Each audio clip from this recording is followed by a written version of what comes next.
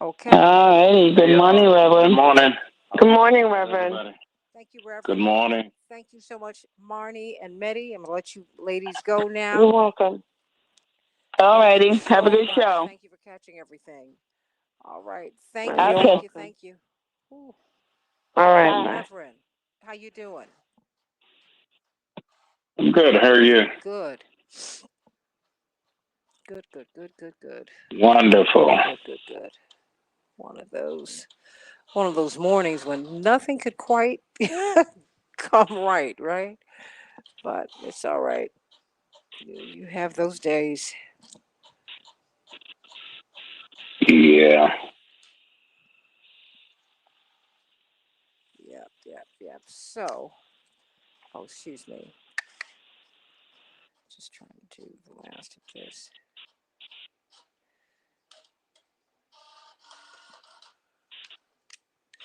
Okay.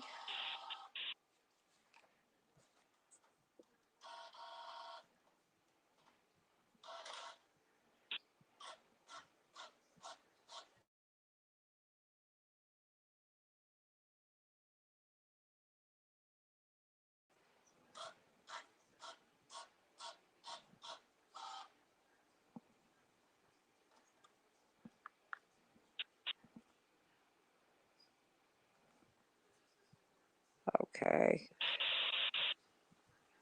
Okay, you guys. So, how much time do we have? 3.5 minutes. Okay, great. So, is Reverend Yuri sounding good? Yep. Okay. Reverend Yuri, can you hear us? Good. I can hear you. Okay. Just checking, hon. 'Cause we've had some other issues this morning. Okay. Ah. Okay. All right. Okay. Okay. Okay. Okay. All right. Okay.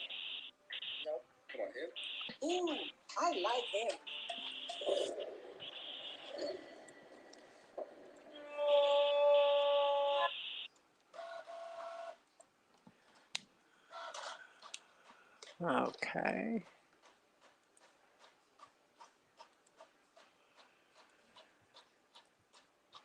I'm gonna come get right to you. And Devin, of course, let me know when we have Dr. Furholden on. Will do. Please.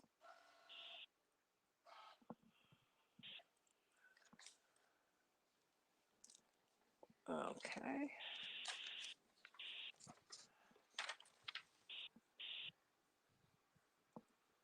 Okay.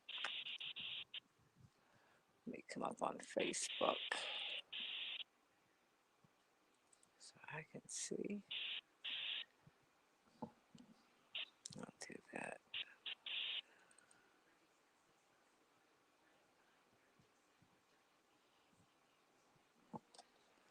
Oh, let me do this.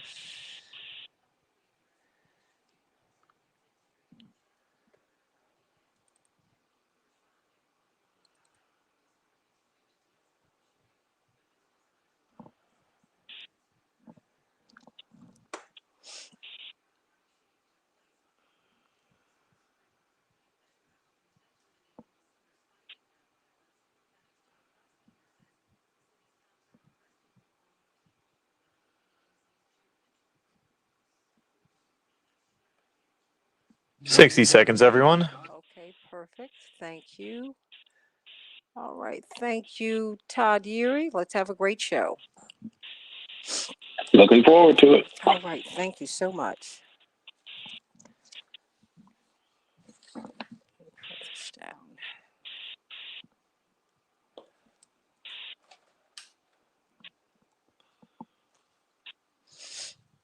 Mm. And we'll go with victorious. So we didn't get Okay. that this morning. And as soon as she says we are victorious, then fade. Okay. Got it.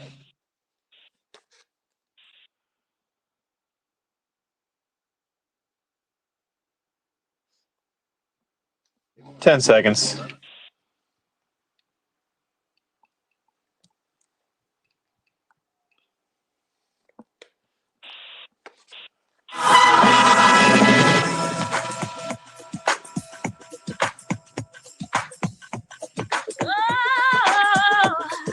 This is the Santita Jackson Show. Determined, unstoppable, achieving the impossible. We're standing tall with our heads held high. We are victorious. Hey everybody, happy Monday, everybody. It is Monday, June 14th, 2021. I'm Santita Jackson. This is the Santita Jackson Show. It's a joy to be with you today. Whew, how beautiful is it today? In Chicago, we're going to have a high of 74 degrees, but it feels warmer already, quite frankly. Mostly sunny. Minneapolis, St. Paul, 88 degrees, sunny. Beautiful summer moments that we are having. WCPT, the nation's largest progressive talk radio station in Chicago, and AM 950 Radio, the voice of progressive Minnesota. These are my homes, among others. I want you to meet hey, Vanderlei down there in Brazil. All right, Veronica, Paula, Garcini Zipser, Marquet, and L. Stanley Davis, and Kenneth Rush, and Michael Ann. Who are they? And Andre and Shirley from beautiful Philadelphia. They are the Santita Jackson Morning Stars. I didn't forget about you, R.A. Araya and Veronica. So many of you. That's right. Was it L Truth? For sure. For sure. Danielle, Barbara Bacon, Carmelita, how you doing, sweetie? Barbara, Renee. Hey, those are my morning stars. Please get on over to the Santita Jackson and Friends page and join them. They have a lot of conversations that go beyond what we're talking about on the radio, of course. And of course, you can stream me on my YouTube channel, The Santita Jackson Show. Please like and subscribe, and tell everybody about the show. Today, of course, we're going to be talking about the critical race theory. What is it? Why is it so controversial? Call me at 773-763-WCPT, 773-763-9278. Did our history begin in 1776, or did it begin in 1619? And really, actually, Black people came here during the Spanish colonial project, which is how Columbus, who actually never got to the United States, he got stuck in the Caribbean. But that was the Spanish colonial project, which is why so many indigenous people speak Spanish in our hemisphere, in the north and south of it. It's because they were conquered by the Spanish. A lot to talk about today. Why is this so controversial? And how do you teach racism? Is it a difference when a white teacher teaches racism or a Black teacher? I think it's really perspective. It's a whole lot going on, but it is something that we're going to have to deal with, and we want to talk about that today. And then Lara Trump, one of President Trump's uh, in-laws, his daughter-in-law, she is calling for people at the border to arm up. And that's very interesting in the shadow of the vice president's trip to the border. That she would be calling for people to arm up. Is that inciting violence? They are uh, politically on the move. She is looking to perhaps run for the U.S. Senate, and given her father-in-law's popularity, she could mount quite the challenge, if not end up in the Senate. Do you think that that's the right thing to call for? What do you think about that? She did do that, and a lot of people are saying, some people are applauding it, and some people are saying this was not the thing to do. She could be inciting violence. And so we've got to talk about that, particularly as people have taken the vice president's remarks and they've moved them around about why many people run to the United States of America from south of the border. Some people do want to come here. Some people are escaping a lot of trouble, quite frankly, that America and our corporations in particular have stirred up. So it's something to talk about. What are the responsibilities, and what about the border? What do we do about it? Call me or text me at 773-763-WCPT, 773-763-9278. There's a whole lot going on in sports as we go to some of these headlines. Wow, yesterday the Astros blew out the Twins, breaking my heart, 14-3. They'll be playing the Mariners tonight. The White Sox were triumphant over the Tigers in 4-1. They'll be playing the Rays later on today. And the Cubs shut out the Cardinals 2-0. They'll be playing the Mets later on this evening. And well, the Suns did something they haven't done in 11 years. They got to the finals. That's right, 125 to 118 over the Nuggets. And the Bucks 107-96 for the Nets, and the 76ers will be playing the Hawks tonight. Have you been paying attention to the G7 summit? And well, now President Biden is going to be in Brussels to attend the 31st NATO summit, his first as president. A lot is riding on this, everybody, including the United States commitment to NATO itself. Former President Donald Trump frequently rallied against the trade alliance. Biden has reiterated his support for NATO and its goals of transatlantic security and collective defense. And so the NATO Secretary General said the countries at today's summit will agree to the group's 2030 agenda, which is focused on strengthening collective defenses, strengthening resilience, sharpening technological edges, and working with like-minded partners. They're also going to talk about how they're going to deal with Russia. And of course, this is a well-timed conversation because President Biden is due to meet with the Russian President Vladimir Putin on Wednesday. Well, G7. America is back at the table. That is what President Biden said yesterday on the last day of the G7 summit in the UK. During the summit, President Biden aimed to show G7 allies that the U.S. is recommitted to global concerns like climate change, which was a main talking point of the meeting, everybody. Of course, you remember we withdrew from the Paris Accords, in addition to new commitments to climate change action like halving emissions by 2030 from 2010 levels. Leaders from the representative countries agreed to an additional 1 billion COVID-19 vaccines to poor or middle-income countries. What do you think about that, everybody? They also issued a call for a new study into the origins of COVID after an initial report was deemed lacking because Beijing refused to cooperate. Naftali Bennett was sworn in as Israel's new prime minister, ending former Prime Minister Benjamin Netanyahu's 12 years in office after 4 elections in 2 years. Bennett's incoming government breaks a long political deadlock and ushers in the most diverse coalition Israel has ever seen, including the first Arab party to serve in the government. Netanyahu, who commands a much larger political faction, is not taking the defeat lying down, though, everybody. In a debate ahead of the swearing in, Netanyahu denounced the coalition that ousted him from office, calling it weak and dangerous, and saying that it wouldn't be able to stand. And indeed, in the Knesset, many of his supporters heckled the incoming prime minister. We will see how all of this works out. A dangerous COVID-19 variant is on the rise in the United States and could do serious damage in areas with low vaccination rates, according to the FDA, a former FDA official, rather.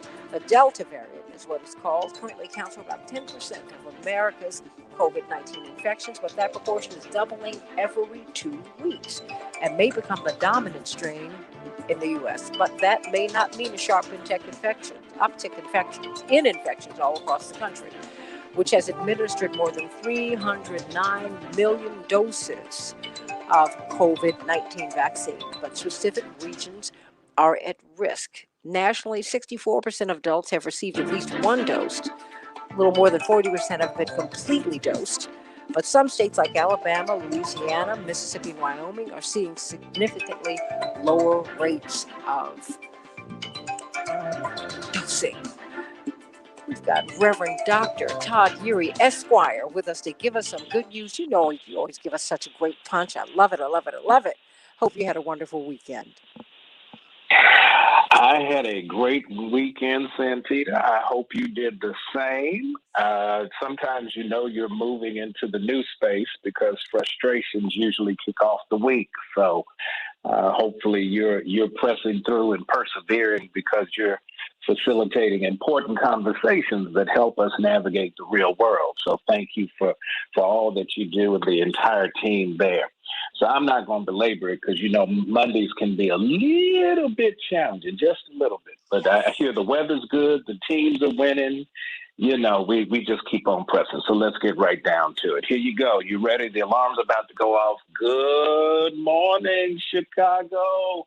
Good morning, Twin Cities, Minneapolis, and St. Paul. Lottie-dottie, everybody get up, get moving. Take a deep breath. Put your feet on the floor Hopefully you'll feel a little bit of the coolness coming back at you to remind you that you are alive. Let's go ahead and get started. No time to waste. We got to get to it. Take a deep breath of life, a deep breath of life. You're alive. Get your morning brew, your coffee, your tea, whatever you like. Drink some water, lots of water. That's what my mama said. Even though I couldn't stand it, I get water in my coffee, but that's another discussion for another time. So let's go on and get to the conversation this morning. Now, before your team gets a little panicky with that button, you know, that delay button, I'm just going to say it. It's going to be in code, but you'll know. I want to talk to you this morning about the F word. See, wake up, get ready. The F word, not that F word. So y'all, see, come on now, not that F word. The other F word. I want to talk to you about failure. Failure, because sometimes that is the most paralyzing thought and experience we can ever imagine. If you have ever attempted anything, you have had at least one occasion to fail. And the challenge is when we teach how we approach life, we always talk about success, but we never talk about adversity and failure. So I want to talk to you about it this morning because it helps to kind of position you for what this week, today, even is going to bring you. Let me give you a story. So one day, the master teacher's out hanging out with the disciples, the crew, they out on the boat. And after he finishes a conversation, he turns and he says to Peter, you know, let's go out into deep water. Let's go into deep water so you can catch some fish. And so the response is, look, dude, I don't know where you've been, but we've been fishing the entire time that you've been talking, and we have caught absolutely nothing. And so he says, just listen to me. Just do what I'm telling you. Now, mind you, this is a conversation with professional fishermen. They know what to do. They know how to do. They know the timing of the day. They know all of that. And yet they follow the advice and they go into deeper water. And the text says that when they let their nets down, they caught so much fish until their nets started to break. Here's what I want to say to you in this process, is that when you failed, don't let failure cause you to miss your opportunity because of frustration. I need you to get over whatever it is that you may have encountered. It has helped you to build some strength and resilience, but your frustrations are positioning you. As a matter of fact, the scriptures tell us, don't become weary in doing good, for in due season you'll reap a harvest. What? If you faint not. Don't get so frustrated to the point where you're not willing to try again. Why? Because righteous people fail 7 times, as many times as is necessary, and they get back up again. You're resilient and you're persistent, and this adversity is not going to stop you. The second thing is you got to elevate your thinking. Sometimes it is conventional thinking that is our biggest handicap. When the conversation is to move from where you typically operate into a space that you're not familiar with, it seemed to challenge what the disciples already knew. Try something that you've not tried before. Push yourself beyond the limits of your ability to think about what you want to accomplish and watch what happens. Why? Because here's what happens. They move beyond, here it is, shallow water. Sometimes, here's our issue, we try to use big gifts in small places. You got to move out of shallow water into deep water to fully accentuate what it is that God has placed in you to be able to accomplish. So move beyond the limits of your imagination. Go ahead and think big dreams, accomplish big tasks, try and address big challenges, because God has put something inside you called greatness. Yes, there's greatness inside of you. And so we don't put great things in small places. We put great things in the places where they're the biggest challenges and the deepest obstacles, and watch them work. I'm believing that on today, you're going to find yourself in a space where you can maneuver with the greatness that God has placed in you. And so don't worry about adversity, baby. You're better because of it, not bitter because of it. And I'm excited about what you're going to do today, because you are bad somebody. You are victorious. Check me out, douglaschurch.net. That's Douglas with 1 S. Or you can check me out on Facebook, Todd Yeary, and on Twitter, ST Yeary. Have a great day. Go be your great self. Thanks, Santita. I love love it. I love it. I love it. I love it. I love it. Going to those deeper waters. How about that, Dr. Deborah Holden, Associate Dean of Public Health at Michigan State University? Well, you've been in deep waters a long time. Love you. Love you. How are you today? I'm great. Good morning. How you doing? Honey, we're doing great. We've got a new Luis Alberto Busta Rodriguez. He is coming to us from Cuba today, sending you much love. My grandmother used to pick beans and chop sugar cane down there when she was a child. Sending you much love. Got a lot of love for you down there. And of course, Renato and Vanderlei down in Brazil. And we just got more people. The family is growing, and that makes me feel so good. You all continue to talk, and we're going to start and really be very, very intentional, just so that you know about covering more and more issues from that part of the world, because we're everywhere, right? And you know what? We've been looking at COVID, which is, I haven't heard a lot about COVID in Cuba. I'm going to have to look into that because they also like have a doctor every block. And they have so many doctors. I mean, and there was such an emphasis that the Castros placed on education that you have so many engineers, you have doctors. They export doctors all over the world and import doctors. You can go to medical school there from the United States for free if you agree to serve an underserved or poor neighborhood. So it's something to think about. Dr. Deborah Holden, where are we with our health with COVID-19? You've got all these variants. I mean, do these vaccines work with these new variants, or will we just have to wait and see? What was your last question? I'm sorry. Will these vaccines work with these new variants, or will we just have to wait and see? Because we're seeing this Delta variant that's coming here, that's supposed to multiply, very, very quickly. And Well, what are we supposed to do? yeah, so all of it is a little bit, we'll have to wait and see, right? Nobody can speak any of this with certainty because it's new and we're learning. If people really understood, though, how this vaccine works, it would, I think, give a little bit of a better sense of reassurance. Okay. Because the way that the vaccine works, it's specifically coming after one piece of this virus, and it's the piece of the virus that's like the key, and it's the key that unlocks the door. Now, what happens when you have variants, right? And don't get me wrong, the variants are going to become more and more and greater and greater. I always tell people, think about it as if, I came out and I dyed my hair blonde. You might not recognize me at first at a glance, but then you look at me like, oh, Deborah, you dyed your hair blonde. Now, imagine if I dyed my hair blonde and then I lost 30 pounds. You might not recognize me, but then eventually you look and say, oh, Deborah, that's you. This is kind of like what the variants are.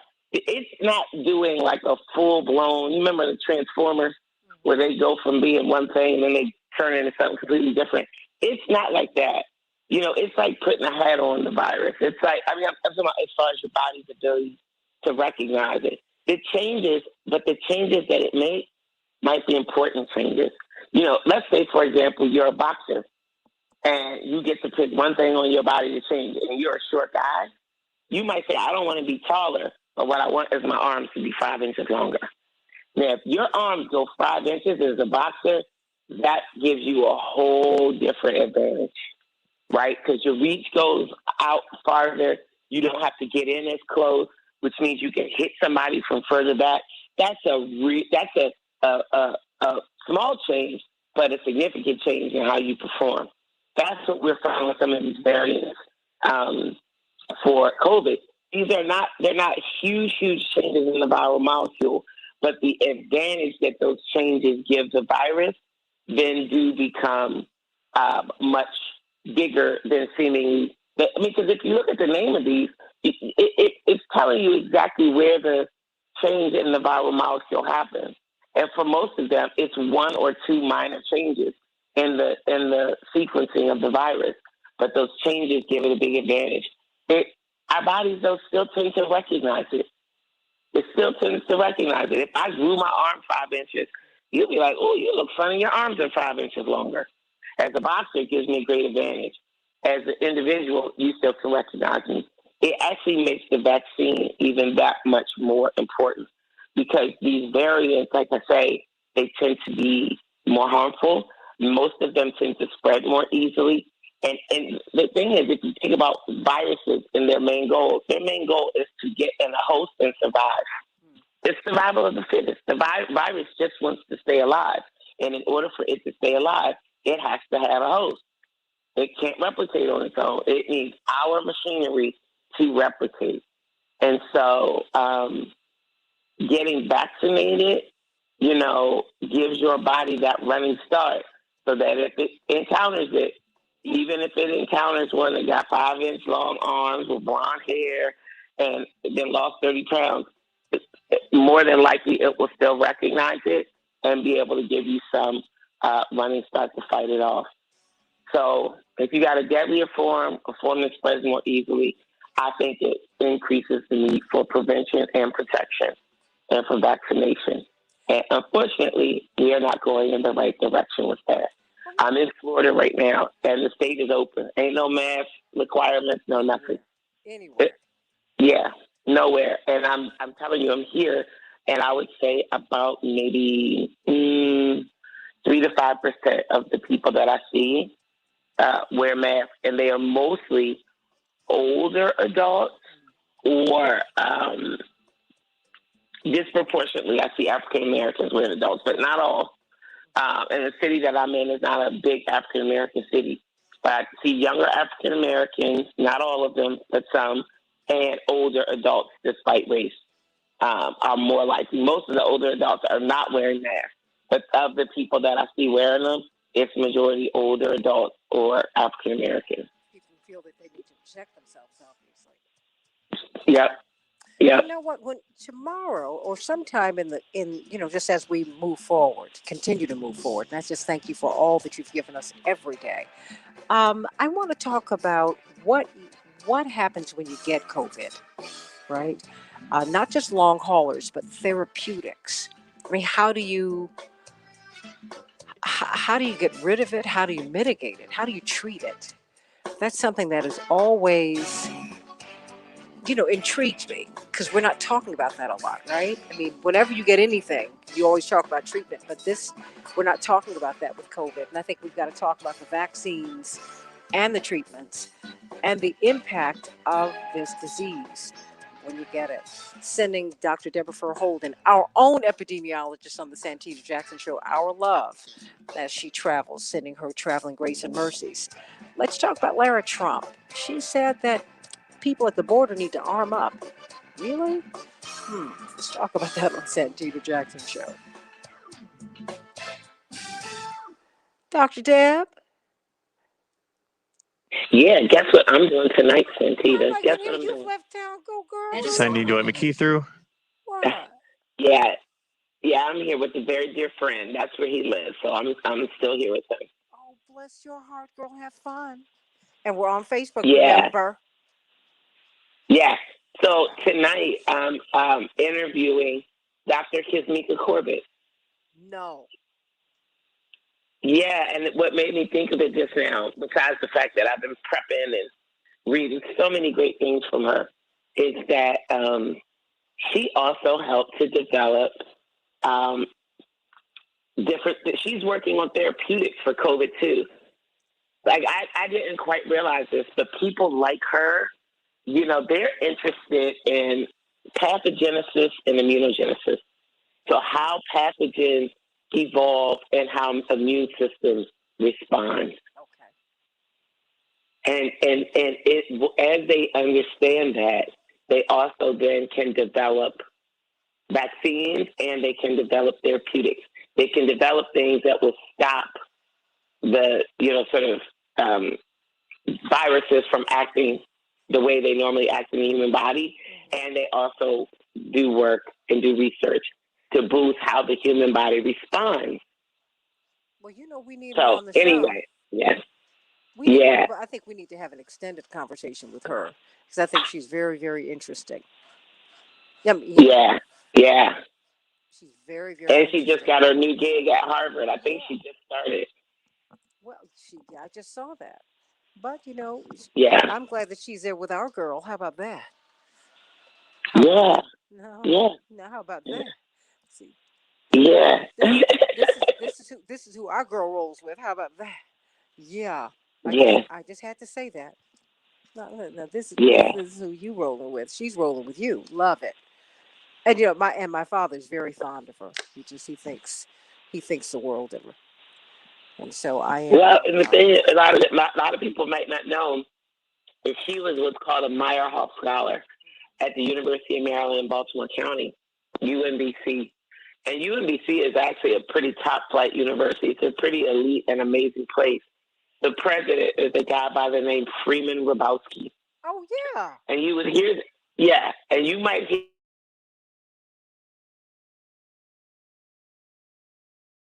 but that is Dr. Rabowski. Dr. Rabowski is an African American male. He has a profound commitment to STEM education and to minority scholars. And that program has produced some of our nation's best and brightest scholars, Well, wait. including My brother, Dr. Corbett. my first cousin 60 came out of seconds. my first cousin came out of him at UMBC. Yes, Oh yeah, yeah, yeah. And in fact, I think he's one of the few African Americans, Dr.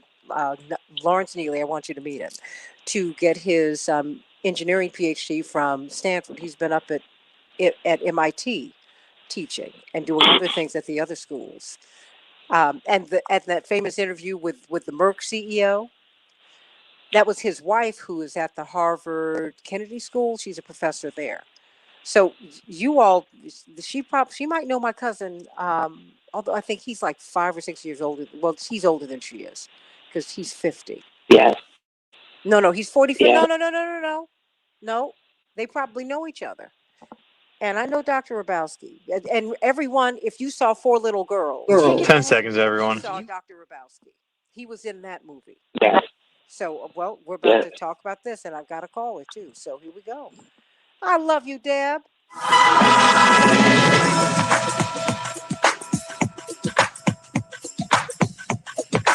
Oh, This is the Santita Jackson Show. determined, unstoppable, achieving the impossible. We're standing tall with our heads held high.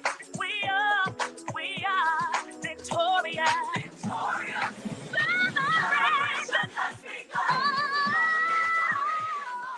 Welcome back to the Santita Jackson Show. Of course, it is Monday. I want to hear from you. 773-763 WCPT, 773-763-9278. Of course, if you want to text us, that's you have GWC Injury Lawyers to thank for that. Want to hear from you. What do you think about that? Of course, our own vice president went south of the border, looking at the issues that are driving people to run to the United States. Sometimes they're running to the United States. Sometimes they're running away from home.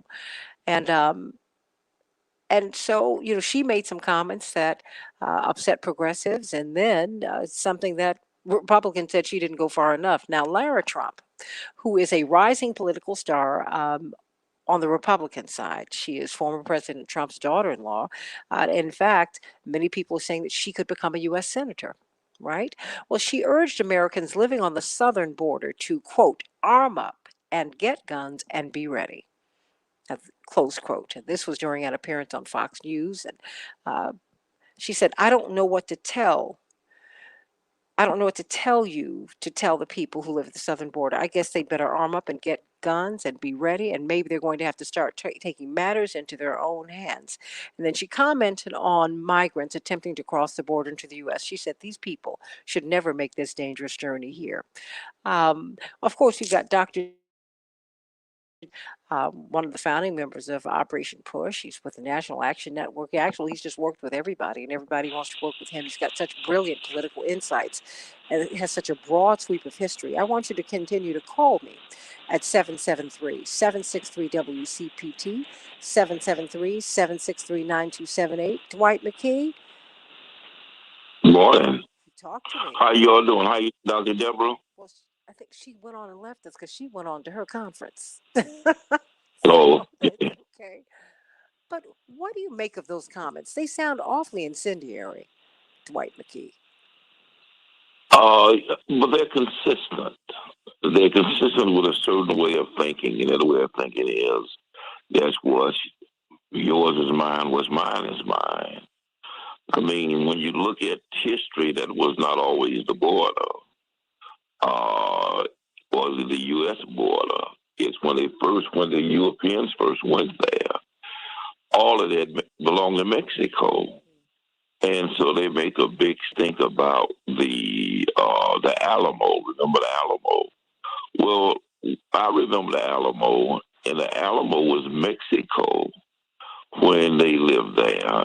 They had crossed Mexican border and set up a way of life. New Mexico was old Mexico. They just kind of invaded that and set up a new way of life. Then they wanted more conciliation. They wanted more understanding. They wanted more compromise, and they wanted to accommodate the Spanish government and the French government and the other European governments and the indigenous people who lived there. And so when it was time for them to invade somebody's border, it was please understand us, please support us, please be liberal and gracious in our pursuit of a better way of life. But now that they've conquered the land, they look at other people with the same aspirations and the same goals and who coming out of the same circumstances with disdain and contempt. And now they want to bear guns and shoot at them for crossing the border. When for themselves, when they were crossing the border, they want to turn that into jubilee. Dwight, it's stunning to me because President Trump is a direct descendant of immigrants. I mean, and I see some of the people who just got here, they're a generation or two in. And hey, everybody's welcome here. I'm not mad at anybody.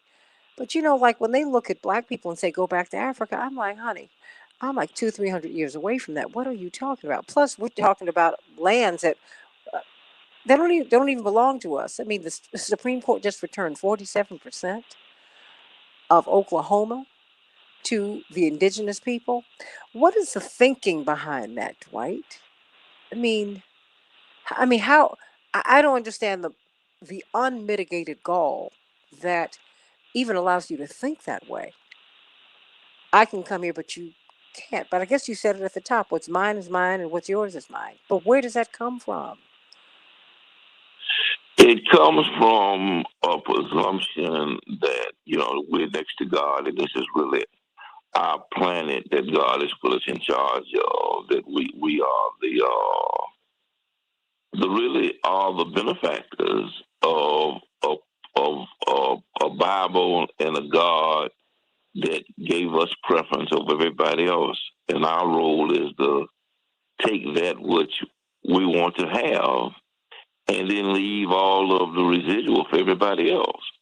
Most of the problems in South America come from the exploitation of South America from North America. Most of these banana republicans were set up by the CIA and the Dulles brothers. And they call them banana republics because the Chiquita banana and United Fruit in those countries want to maintain control of the economies so that when they sell these fruit products, they can sell them at a discount and make maximum profits. And so they set these dictators up so they have control of the land and of the peasants. And so when there's, rebellion or when there is major catastrophes and the people seek a better way of life in America, which is exploiting them, we then judge them as somehow, non-deserving and want to put up the walls and lock the borders.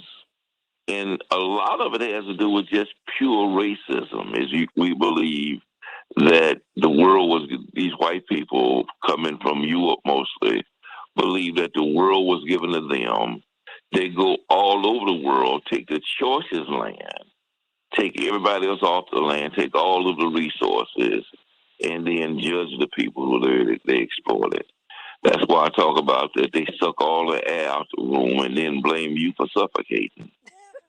Let me go to Howard from Los Angeles. Howard, you're up awfully early this morning. I'm so glad that you're with us today.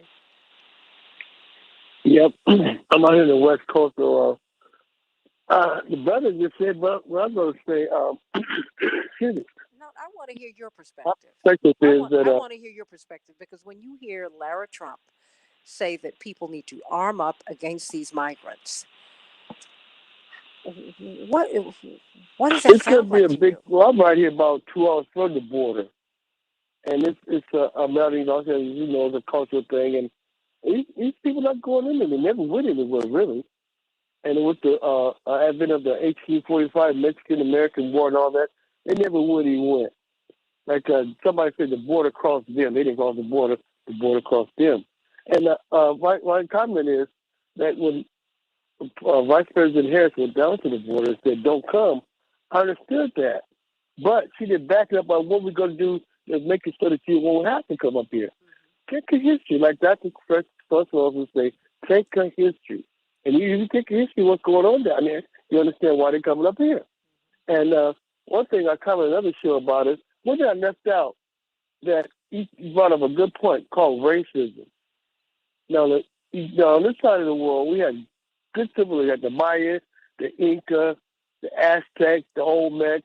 These people were doing fine before the Spanish arrived here. They did not need them. All the Spanish wanted to do was take the gold and run. I go to a festival over in White Collar, White Collar drum festival and dance festival every year, and they had different groups coming. It was a Mexican Aztec group, and the leader group, they talked to the audience, said, okay, when the Spanish came, the indigenous people had a plate of gold and a plate of seed.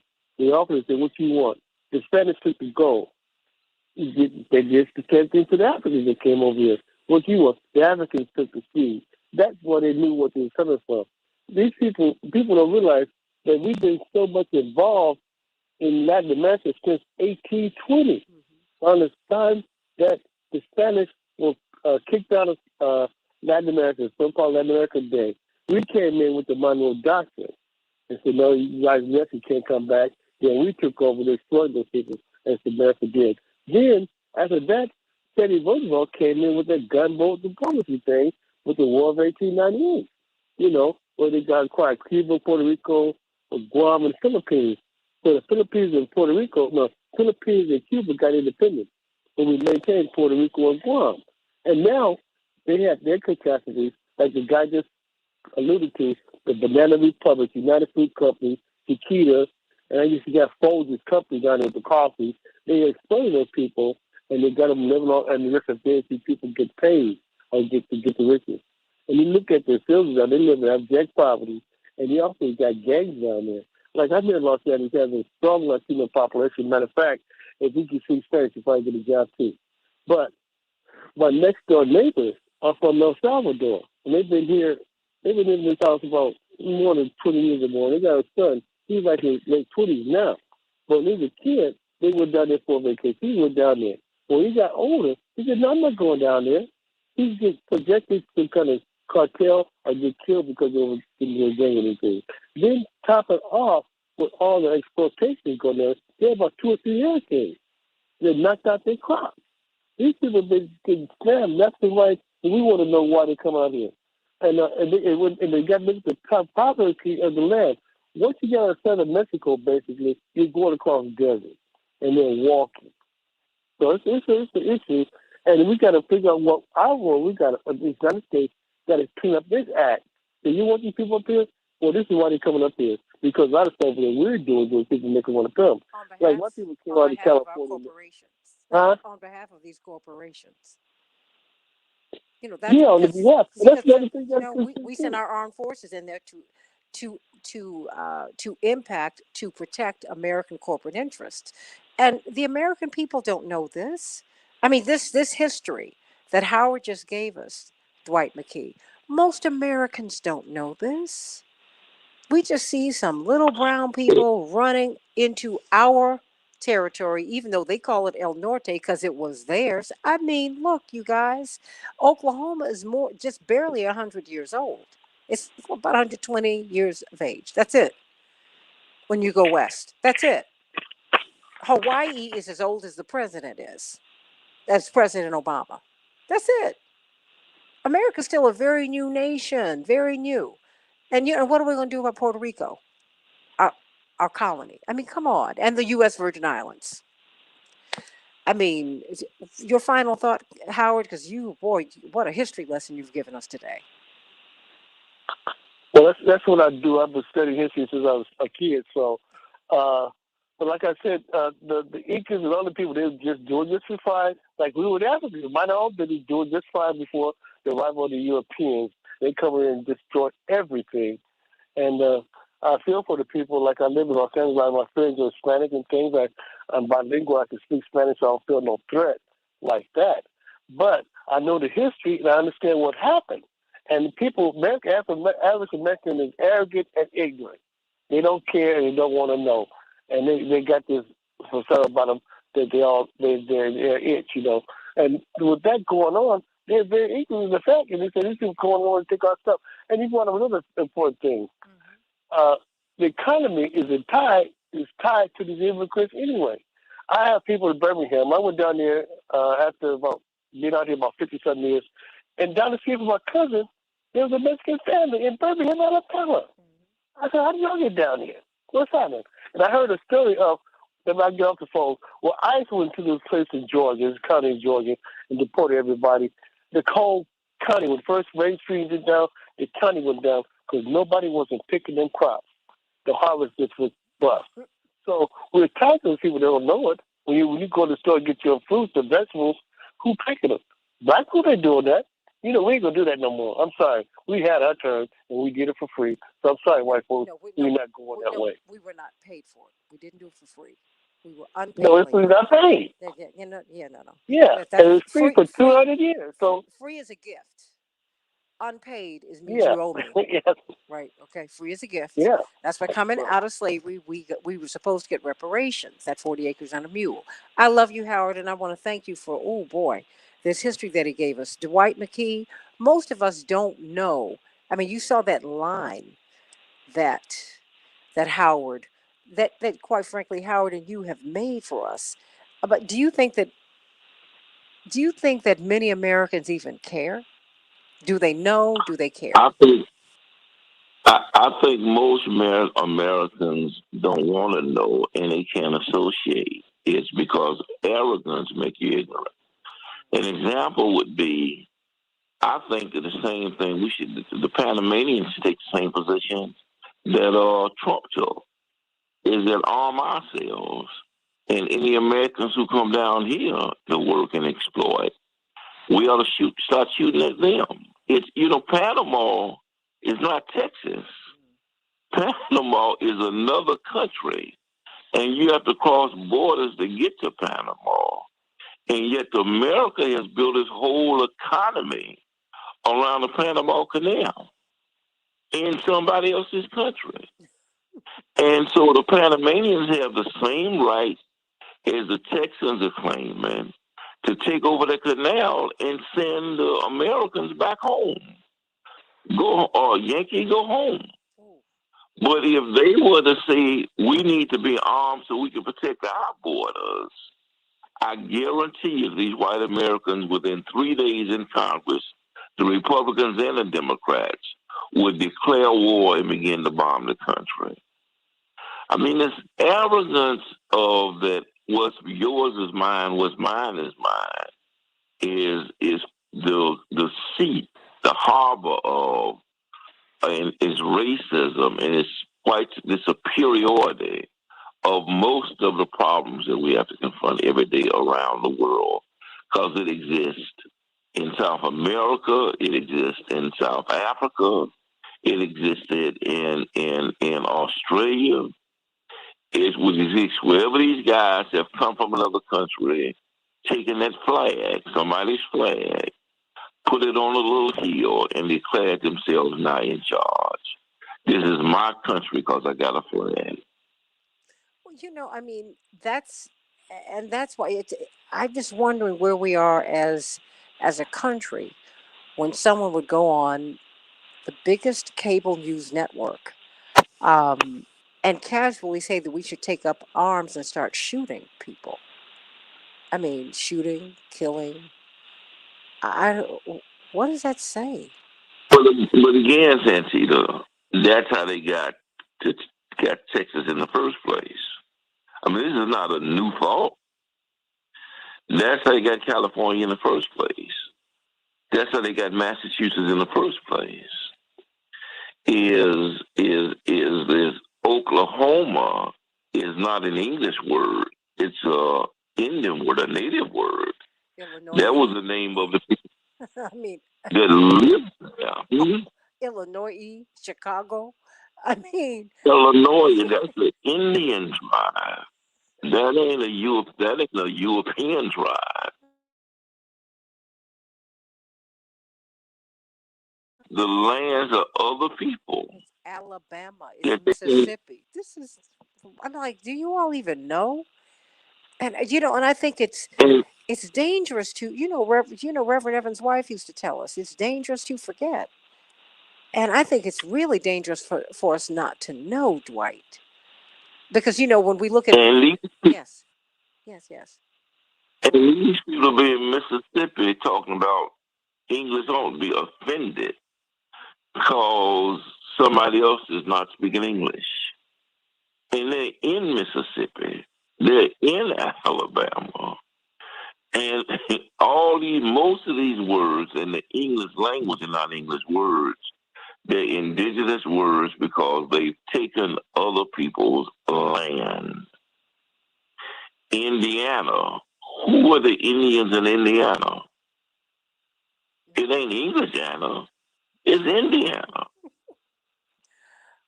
I, you know, I'm concerned about the incitement to violence, and I think that we all should be, just given where we are as a nation, given what happened January 6th, and quite frankly, given what's been happening in our country since the very beginning. I mean, we act as if whenever we see the massive gun shootings, whenever we see these acts of violence, just much of America is shocked, and I think Black Americans are like, where have you been living? This is like par for the course here. So I mean, so where do we go from here with this? Because I think that um, what she said is quite dangerous, and it's like striking a match on gasoline rags. hmm I think that, and that's why teaching history is so important. Is I think when you distort history and you make presumptions that this was always part of the American continent, or that the American continent is not a European construct, that we really came here off the prerogatives of taking other people's lands and came in more as beggars than pioneers. When Thanksgiving is about a starving people who were displaced from Europe, had come over to Europe, who really lost capacity for 2 or 3 years to even be able to feed themselves, who were starving to death, and the natives came and literally fed them turkey and cranberries and the local food so that they could not starve to death. And they thanked the Indians, the natives, and God for sparing them the capacity to starve to death from the situation to starve to death, and they gave thanks for it. But if you lose perspective, I mean, you really believe that the pilgrims and Indians in favor that the pilgrims was having a barbecue and invited the natives over It's so because it sad. was so great. Hmm? it's so sad. I mean, because I don't think that we're going to really get right as a country until we get this right, which is why at the top of the hour, we're going to be talking about critical race theory. Critical race theory. It's something that people are debating, but it really helps you to understand that the United States project, the Anglo portion of this European project in this hemisphere, did not begin on these shores. Not in, it didn't begin in 1776. It began in 1619. And and we need to talk about that critical race theory. What is wrong with teaching it? But I understand you have a special event tonight. I got about a minute and a half before I go to break. A special event this weekend. You're going to have Hakeem Matabuti, Dr. Cornell West. What's going on, Dwight McKee? Well, Friday, I'm in New York now with Reverend Hatch and my Alpha crew. And they debuted our film last night at the Tribeca Film Festival, What's the which name is of about our work in All of Our Sons. that? Okay. And that's going to premiere next week, next Friday in Chicago. And I'll give you all tomorrow the information on when and where. Saturday, we're having a Juneteenth celebration and a tribute to Hakeem Matabuti and all of his work he's done. Third World Press. Sunday, they're celebrating my little life because it's my 70th birthday and the little work that I've done there. And it's a Father's Day celebration. And Dr. Hatch and his son are going to bring the message. And our guest for the weekend is Dr. Cornell West, who's going to speak on the relevance of Juneteenth and speak Sunday at the New Mount Pilgrim Baptist Church on 4300 West Washington. We're inviting everybody to come. It's 2:00 on Saturday. We got a special jazz band and 11:00 service on Sunday, and everybody's invited. And you really need to get over to this cathedral. It is something special. You've got something rare in the world. You have got, I think, the largest stained glass representation of African Americans, the four little girls, the civil rights icons. When you walk into this cathedral, you will absolutely be blessed. And so the address, very quickly, Dwight McKee. 4300 West Washington. That's Saturday and Sunday. And then I'll give you the address to the film, which is a magnificent film Can't wait to for see Friday it. night. Can't wait to see it. Critical race theory, everybody, on the Santita Jackson Show. What do you think about it? Should it be taught? How should it be taught? Who should teach it? Back with more of the Santita Jackson Show in just a minute.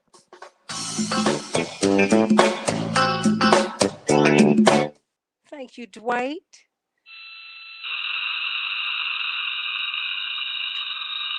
Dwight McKee? Yes, ma'am. Oh, okay. Great, great, great, great, great. Thank you so much. Ooh. Mm. Do you know him? Do you know him? No, no, no, not at all. But we have people from Cuba, several more people from Brazil today with us, and so we're very, very excited. And Puerto Rico, that's right, Puerto Rico. I love it. I love it. I love it. Callers, they have callers that are educated, and that are adept. Well, it's wonderful It's to kind know that people are curious, right? Because it's hard because uh, the society does not incline you to that, right? To be fair, and in fact, when you do that, they call you a conspiracist. It's the craziest thing ever. Crazy, something wrong with you. Like, what you're dealing with right now um, with critical race theory. you know, something's wrong with something. Must be wrong with you. It's like what? Because I All want right, sending Attorney Patillo and Reverend Yuri through. because I want to get this right. Oh my gosh. Um, well, we've got Dr. Year, Reverend Dr. Yuri, Esquire, and Attorney Robert Patillo. Attorney Patillo. Hey, Robert, Yuri, how you doing? We've got Dwight here. What's up, Dwight? Big brother D. How you doing, Dr. Yuri? Good message this morning. Good morning. Oh, thank you, Robert Patillo. How you doing, man? I am well. How are you? Good. You coming back up this way anytime soon? Hopefully, probably next weekend. Okay. All right. Make sure we get together when you're here. Okay, sounds like a plan. Cool. Okay, good people. Critical race theory. I can't wait. I can't wait to talk about that. Hear what you all have to say. So, everybody, I want you all to call us at 773 763 WCPT, 773 763 9278. What do you think about critical race theory? Do you even know what it is?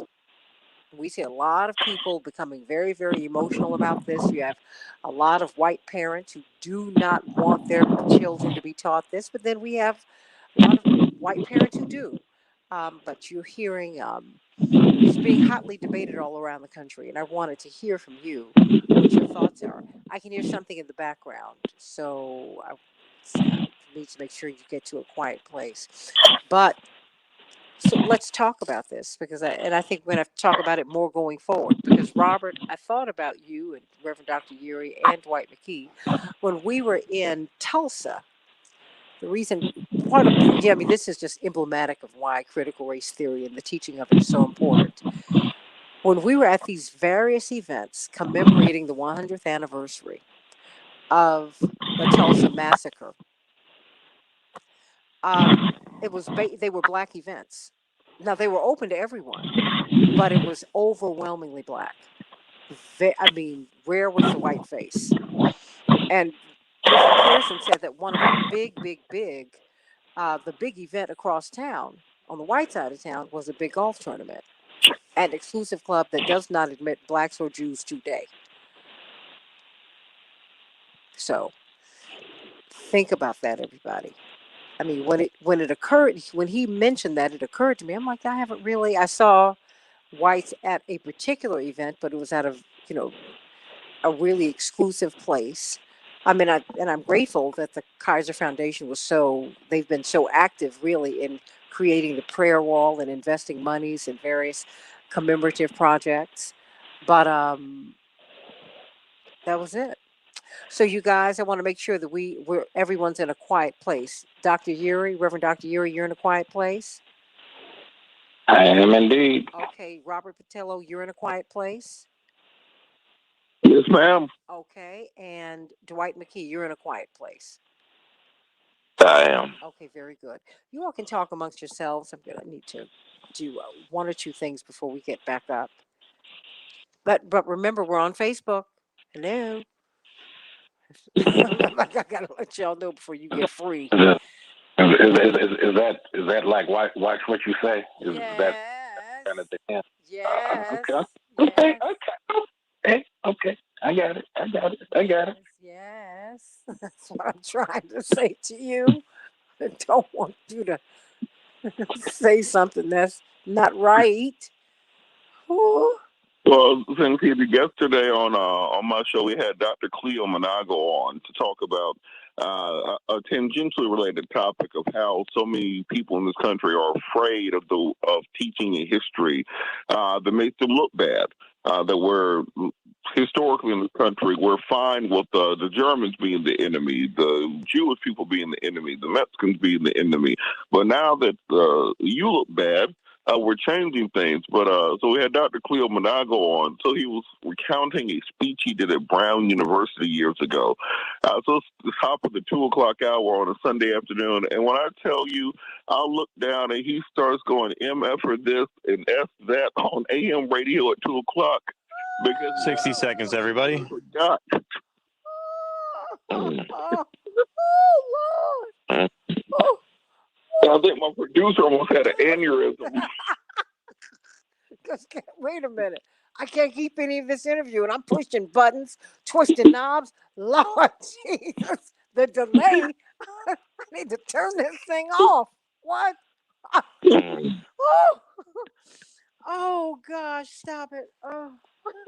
But that's what you got to love about live radio. And that's why they love you at Fox, because you do radio. And it really is, it's a space for people who are on radio. Because, you can tell, because people just start running that mouth. Oh my gosh. Sean Hannity. Yes. Start and Geraldo 10 Rivera. seconds. Start running that mouth. They do. I know them all. I don't agree with them politically, but they're my friends. I like them personally.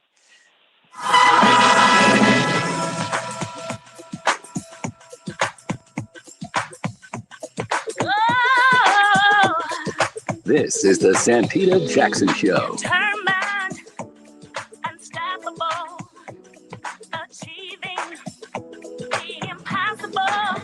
We're standing tall with our heads held high. We are victorious. Hey, everybody. Welcome to the Santita Jackson Show. It's Monday, June 14th. 2021. I'm Santita Jackson. This is the Santita Jackson Show coming to you from the nation's largest progressive talk radio station, WCPT in Chicago, and AM 950 Radio, the voice of progressive Minnesota. I want you to call me at 773 763 WCPT 773 763 9278. If you want to leave us a text at that number, GWC Injury Lawyers is the reason you can do so. Let's talk about critical race theory, everybody. Let's talk about it. Let's talk about it. Let's talk about it. What is it? Um, and it's born of scholars, legal scholars. Derek Bell, God bless Derek Bell.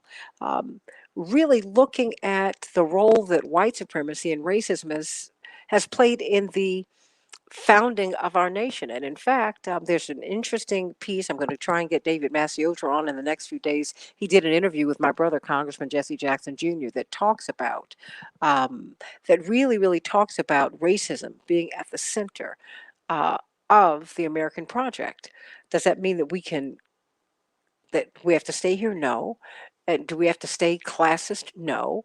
But do we need to deal with it? Yes, we have to. We're at the point where we have to do that. So let's get to some of these headlines so that we can get on with this discussion. Chicago is going to have a high of 74 degrees today, mostly sunny. Minneapolis, St. Paul, 88 degrees, sunny. Ooh, the Twins, wow, had a tough time against the Astros yesterday. Astros 14, Twins 3, but the Twins are going to try and redeem themselves by facing up against the Mariners today. The White Sox 4, the Tigers 1. They'll be facing the Rays today. And the Chicago Cubs shut out the Cardinals yesterday, 2-0. They'll be playing the Mets today. The Suns did something they haven't done in years, 11 actually. They're going to the NBA Finals, everybody. 125 Suns, 118 Nuggets. And the Nets, 96. Oh, they fell to the Bucks, 107 Bucks. The Nets. I like the Brooklyn Nets, 96. And the 76ers will be playing the Hawks tonight. Everybody. President Biden is in Brussels today to attend the 31st NATO summit, his first as president of the United States. A lot is riding on this, everybody, including America's commitment to NATO itself. Former President Donald Trump frequently rallied against the trade alliance, but Biden has reiterated his support of NATO and its goals of transatlantic security and collective defense. The Secretary General said the countries at today's summit will agree to the group's 2020 agenda, which is focused on strengthening collective defenses, strengthening resilience, sharpening technological edges, and working with like-minded partners. They will also talk about ways to approach Russia. A well-timed conversation since President Biden is about to meet with the Russian President Vladimir Putin on Wednesday. America is back at the table. That is what President Biden said at the last day of the G7 summit in the UK. During this summit, President Biden aimed to show G7 allies that the U.S. is recommitted to global concerns like climate change. Of course, we came out with Paris Accords, which was a main talking point at the meeting, in addition to new commitments to climate change action like halving emissions by 2030. Not that far away from 2010 levels, everybody. Naftali Bennett was sworn in as Israel's new prime minister yesterday, ending the 12-year the 12-year reign, if you will, of Benjamin Netanyahu. After 4 elections in 2 years, it's finally settled, everybody. Naftali Bennett has formed a government that we've not seen. Indeed, it's very diverse and includes the first Arab party to serve in the government. Netanyahu commands a much larger political faction, is not taking this defeat lying down. In fact, in the Knesset, you heard his supporters booing and shouting down and heckling the incoming Prime Minister, Naftali Bennett. In a debate ahead of the swearing in, Netanyahu announced the coalition that ousted him from office, calling it weak, dangerous, and saying it wouldn't be able to stand up to global rivals like Iran. He said, "We'll be back soon." Dangerous COVID-19 variant is on the rise in America, and it could do serious damage. That is what the FDA, a former FDA official, is saying. The Delta variant is what it's called. It currently accounts for about 10% of America's infections, COVID 19 infections, but that proportion is doubling every 2 weeks. Everybody, please be careful. Mask up. Take care of yourselves. Even if you have received your shots, make sure that you wear masks and you practice good hand hygiene the best. We don't want you to get COVID 19. Well, let's get to this discussion about critical race theory. What is it actually? I mean, some of the most brilliant legal scholars in the history of American jurisprudence, came together to look at how America really came to be. I guess that's just the way to put it. And just when you look at America, we have different narratives here. Really, the predominant narrative has been that we began in 1776. Of course, some of us are old enough to remember the bicentennial in 1976, and we fought for our independence from Britain and da da da. But then, just a few decades later, you had Frederick Douglass who said, the 4th of July, no, that I have a different view of that. And a lot of people have a very different view of the American project. Do you think it's important for us to talk about it? Do you think that it's important for the indigenous people to have a say in this discussion on what America is, on who we are as a people? Do you think that African Americans should have um, our opinion, should they matter? I mean, think about these more than 200 children who were found at this so-called Indian school up to the north of us, with our brothers to the north, in dead children.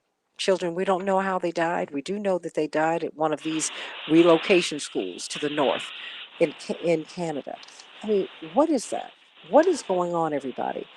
Who should be in this discussion? How do we tell our history? How do we tell it? We've got Reverend Dr. Todd Geary, Senior Pastor of the Douglas Memorial Church, of course, Vice President of Rainbow Push, Southeastern Regional Director of Rainbow Push. We've got Attorney Robert Patillo, host of his own show. You can catch him a lot on Fox. We love it. Host of his own radio show every Sunday from 1 to 4 Eastern Standard Time on WAOK, the iconic talk radio station in Atlanta, Georgia. And of course, we kept Dr. D with us. And of course, this weekend, you'll be able to see a movie that is in part about him and Reverend Dr. Marshall Hatch's magnificent work that they're doing on the West Side with our young men. So let me start with you. Critical race theory, Reverend Dr. Geary Esquire, what is it? And should it be taught? Well, so critical race theory is an analytical frame. It is the ability to look at history and facts and to critique it from the perspective of those who typically have no agency to be able to tell it. And so there's been a lot of stir about somehow the critical race theory being a revision to the distilled version of American history. And what it is actually intended to do is to fill in those essential details that without them, we would be kind of walking around in the fairy tale. Part of the issue that I think folks are confronting, and I think Attorney Patillo mentioned it as we were getting ready to come on, is that this issue is about the nation having to look at itself in the mirror. And when you're the one who holds the mirror, in a lot of ways, you get to control the reflection.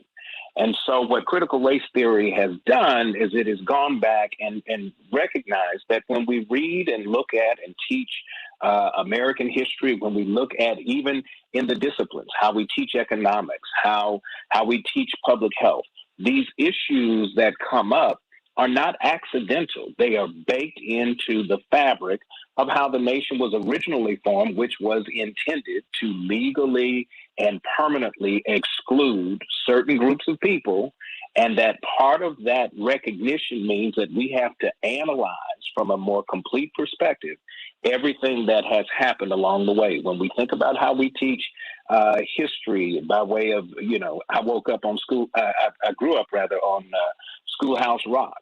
Well, Schoolhouse Rock, it wasn't all that complete. It was helpful in many ways, but when you start adding in pieces that you didn't really know, it changes then how you understand not only the history of the nation, but the resilience of people who have been historically oppressed. Robert Patillo, critical race theory. Your take on it? Well, the interesting thing is this entire debate is conservatives find a new boogeyman every couple of years when it comes to education. As you remember, 2 years ago or 3 years ago, they were storming school board meetings over Common Core because Common Core is going to corrupt their children. A year before that, it was Michelle Obama is going to put salad in all the school lunch programs. Before that, it was the transgenders are going to be in every bathroom, sneaking around, crawling around, looking for everybody. You can keep going back when it was Sharia law was going to be taught in our schools, or creationism versus evolution, prayer in schools, corporal punishment. They always find a new way to create these culture war wedge issues on education to distract from the fact that America is 17 overall in education, 24th in math, 24th in science, 38th in math on an international stage. And there's more people in this country who know who Johnny Appleseed is than who know who Crispus Attucks was.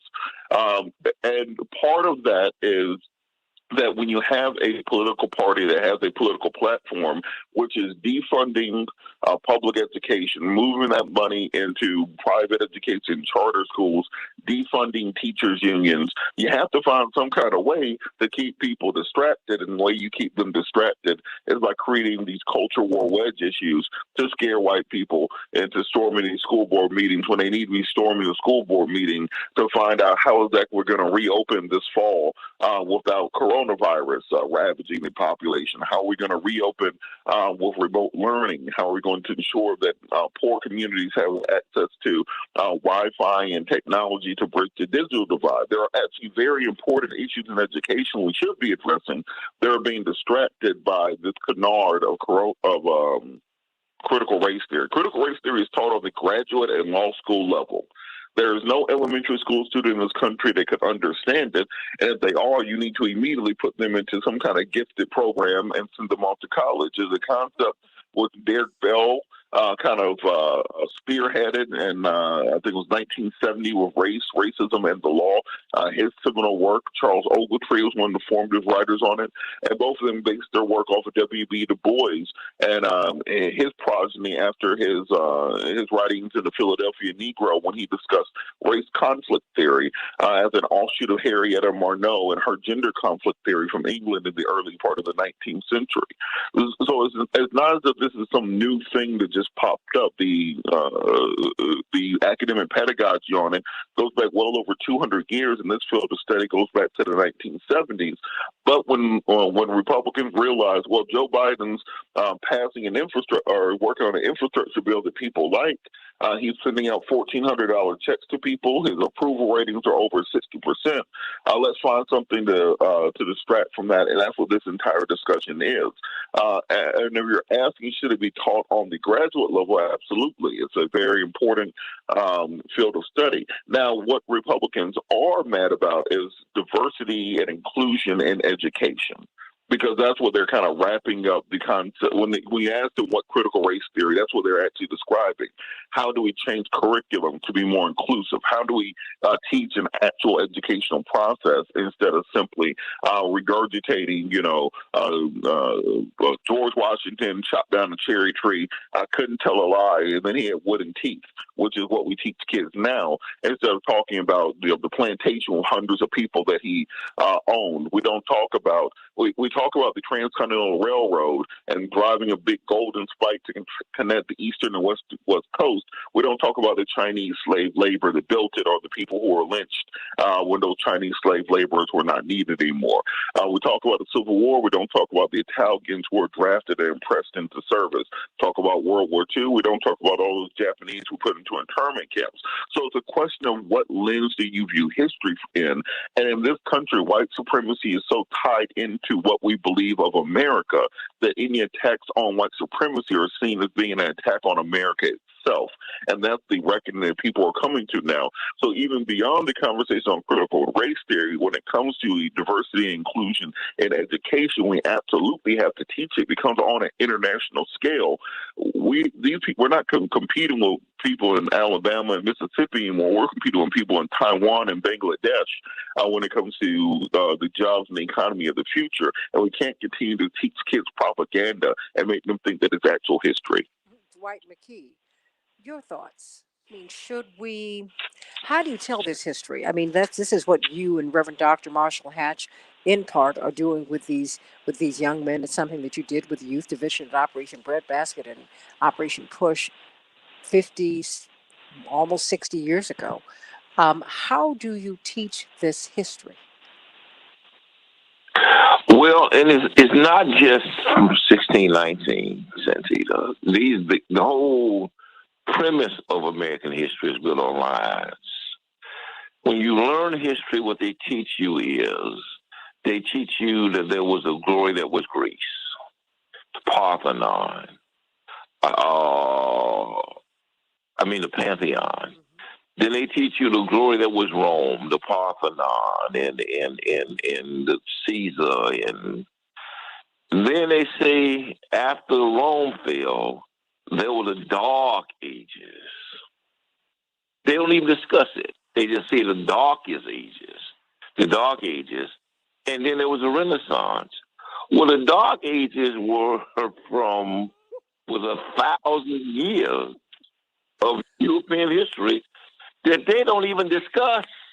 They don't even talk about it. They just said, Rome fell, and then there was a Renaissance. And white people start painting again. They don't talk about the barbarity and the cannibalism and the living in caves and the conquest of each other. They leave that out of history if there was not a real part of the white experience. Because in order to maintain the illusion of superiority, you have to extract the good, prop up the good, and take out of play the bad. You have to say that these things which were negative didn't exist, and the things that were positive, real or not, we invented and imposed, so people would think more of who we actually were, who we actually did. And so coming out of the Renaissance, you then paint Jesus white with no historical basis for it, other than the fact that it was Michelangelo's or Da Vinci's boyfriend. You then began to assemble a history around paintings and music. Now the music becomes classical, and the art becomes classical, and it becomes a notch above everything else that people in the world did, because it is your way of declaring yourself the superior race. And I think Robert and Yuri hit it right on the head. It's all built on lies, but those lies are made so that you can maintain the illusion of racial superiority. Let me go to Rick from Woolridge. Rick, what's on your mind today? Hey, thanks for having me on. Rick, hold on. Rick, can you roll up the window? Yeah, sure. Hold on. Okay. All right. Because we want to hear what you have to say. Okay, make sure we're not on speaker. Rick, we can't be on speaker. Yeah. Okay. Yeah, let's go to my phone here. I apologize. I'm on the car. I'm on my headphones. I apologize. getting it together so we can hear what he's got to say. Rick? Okay, why don't we put him on hold, Devin, until we get Rick into the right place and get him positioned properly, excuse me, on the phone. I want you to call me at 773 WCPT, 773 9278. Critical race theory. Do you think it's important for us to tell the whole truth? I mean, as we really parse out ourselves as human beings, as we mature, we realize that we're all individually and collectively, locally, nationally, globally. We're a combination of so many things. Everybody is. Everybody is. Nobody's inferior. Certainly, no one is superior. We're all human beings, and there's some things that everybody's gotten right. There's some things that everybody's gotten wrong. But what we've got to get right in this American project is our history, our real history. And our real history includes some things that make a lot of people very uncomfortable. But somewhere I read, Reverend Dr. Yuri, that someone came here to disturb the comfortable and to comfort the disturbed. I don't think we're going to get right until we do that. So we're going to get Rick up on the other side of the break. I hope he does stay so we can make sure that he's in the right place. But we want to hear from everybody. Call us at 773 WCPT, 773 Robert Patillo makes a point. Attorney Robert Patillo, brilliant radio host of WAOK in Atlanta, and of course, Southeastern Regional Director of Rainbow Push, says that, teaching critical race theory to children, they're not going to do that, but to teach the real history of the United States. Thank you, Howard Zinn. The real history of the United States is very important. You need to know about what the United Fruit Company and Chiquita Banana did to Guatemala and South and Central America. You need to understand why we are where we are. You need to understand how Europe and the West underdeveloped Africa. You need to understand that $152 trillion of wealth for the West came from the global South, came from India, came from Africa. So they're not our debtors, everybody. They're our creditors. You need to think about that. That's why China's over in Africa right now. That's why Europe is trying to hold on to Africa right now. It's the richest continent on earth. You got to tell that truth. Got to tell the truth so that we can be right. 773-763-WCPT, 773-763-9278. I'm Santita Jackson. This is the Santita Jackson Show. Let's talk about the real American history. Or should it be taught, or should we continue on the path that we're on? Back with more of the Santita Jackson Show.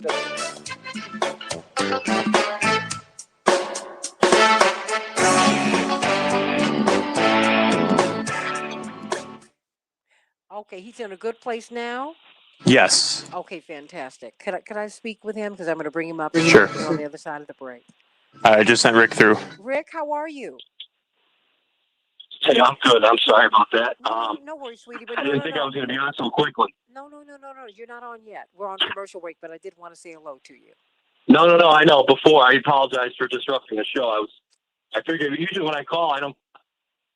Rick, I'm glad that you I'll just called. call now. I'm glad that you called. Don't worry. Well, thank you. About it. Appreciate You can say hello to our guest. You can say a hello to Attorney Robert Patillo, Reverend Dr. Todd Yuri Esquire, and someone we affectionately know as Dr. D, brilliant social scientist, Dwight McKee. Everybody say hello to Rick. Rick, hey. Good morning, Rick. And Rick will be on the other side. But I'm going to put you back on hold, Rick, but I wanted to thank you so much for staying with us, okay? Rick? You still... Okay. He's still here. Okay. Rick? Yep. Okay. We're going to put you on hold, but stay right there, okay? Okay. No problem. Okay. All right. Ooh, everybody, when you call in, make sure that you're not on speaker, and that you're in, and Devin, you'll speak with Devin Andrakus, my engineer who's brilliant, and he'll make sure that you are in the right place, okay? So that when we get you on, we can get you up. Carol, I'd love to hear your voice. D. Ray, Daphne. Oh, you wish Mr. Dwight and Congressman Jackson would write a history book. And I've got to post this piece from that David Masiotra wrote. He did an interview with Congressman Jackson, and it is a treat. I've got to send it to you, Dwight. Forgot to do Okay. that. I'm gonna send that to you right now because it is. If my brother did some interviews, I wish he'd do one with me on the radio. But the 20th anniversary edition of his book, A More Perfect Union, is about to come out, and critical race theory and all of that. That was something that he and Frank Watkins wrote about 20 odd years ago. It took him years to write the book. He went to the Civil War, uh, all of the Civil War monuments and war sites. And in fact, you know who was very helpful to him in pulling together a lot of the history? God bless him, Reverend Falwell. Reverend Falwell was very, Really? oh yeah, he was very, very helpful. But Reverend Falwell, when my father was about to run for president in 1983, contacted him, and through he contacted him, and he said, I don't support, of course I don't support your candidacy, but you're my brother in Christ, and I do appreciate that, and I embrace that. And what you're about to do is very, very dangerous, Jesse. Well, they were just speaking friend to friend, preacher to preacher. And he said, what you're about to do is very, very dangerous. And I just want you to know that, I'm in the middle of this. Of course, he was in 60 seconds. Virginia. He said, but whatever, just know this, that I will never say anything from my pulpit that will rouse people up. I will do everything I can from my pulpit to be protective of you. I'll never forget that as long as I live, ever. Always be grateful to him for that. Always, always. Oh, yeah. Always, always, always. So seeing some blessings, from some people who you never expect to do nice things for you, but they've always been very kind to us. But he was very helpful to Jesse as he pulled together the book and pointed him in a lot of pointed him and hosted him down in Lynchburg. They did do that. God bless him. Hard to believe he is gone, but he has 10 seconds. He said some folks do build these institutions now, do they not? They keep it going.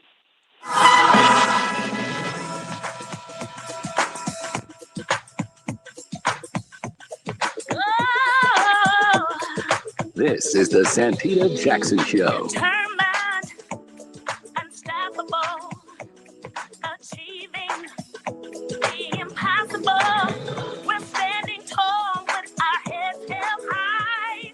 We are victorious.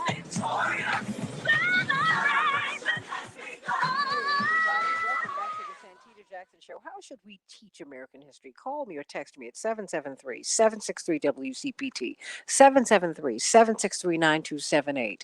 How should we teach this to our children? How should we teach this in high school and universities? Should we tell the whole truth, the truth, the whole truth, and nothing but the truth? Or should we continue to leave things out and skew history toward lies, quite frankly? Just toward untruths. It's just not right. So we've got attorney Robert Patillo, who has his own radio show on WAOK every Sunday from 1 to 4 Eastern Standard Time. And of course, he's the Southeastern Regional Director for Rainbow Push, Vice President of Rainbow Push. Oh, I got a lot of Rainbow Push people with me today, but he's also the senior pastor of the Douglas Memorial Community Church, iconic church in Baltimore, Maryland. In fact, Reverend Dr. Raphael Warnock, now senator, preceded him as pastor of that great church. That's Reverend Dr. Todd Urey, Esquire, and of course, our own brilliant sociologist, Dwight McKee. We're waiting for that book, Dwight, because you got a whole lot of them in you. Let me go to you, Rick from Woodridge. How are you?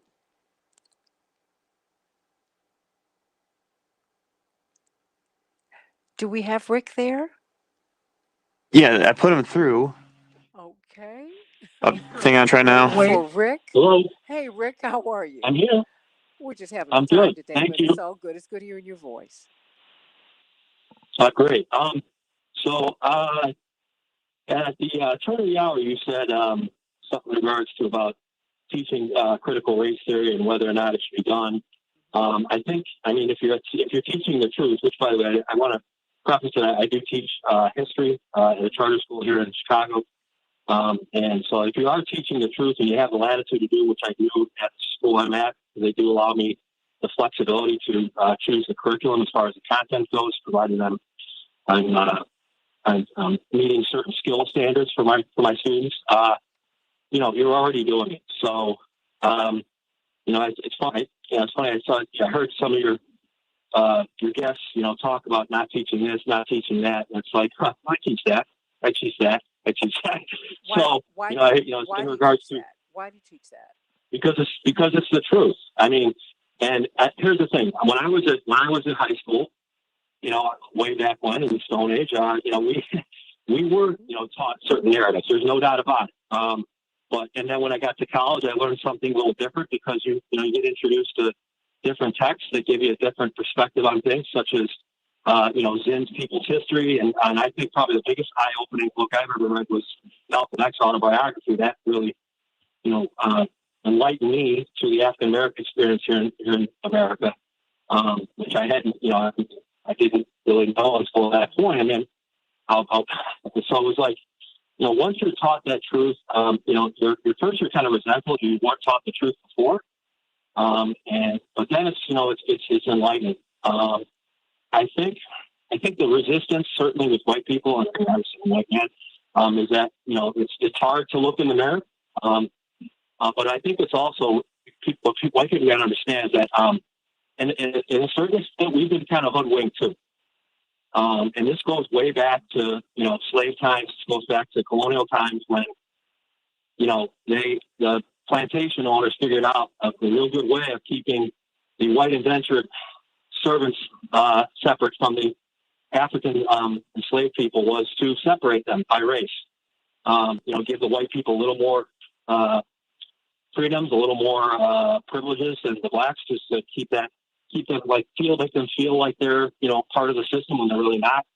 I think a lot of white people still bought into that BS since then. And you kind of see a progression of that.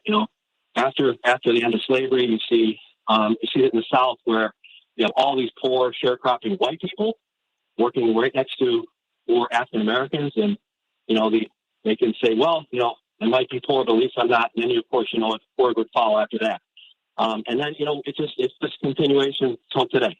I mean, I think when white people recognize that we were kind of in hoodwinked as well. And I'm not saying that's not saying that it shouldn't be accountable. Of course, people always need to be accountable for their actions, but it does.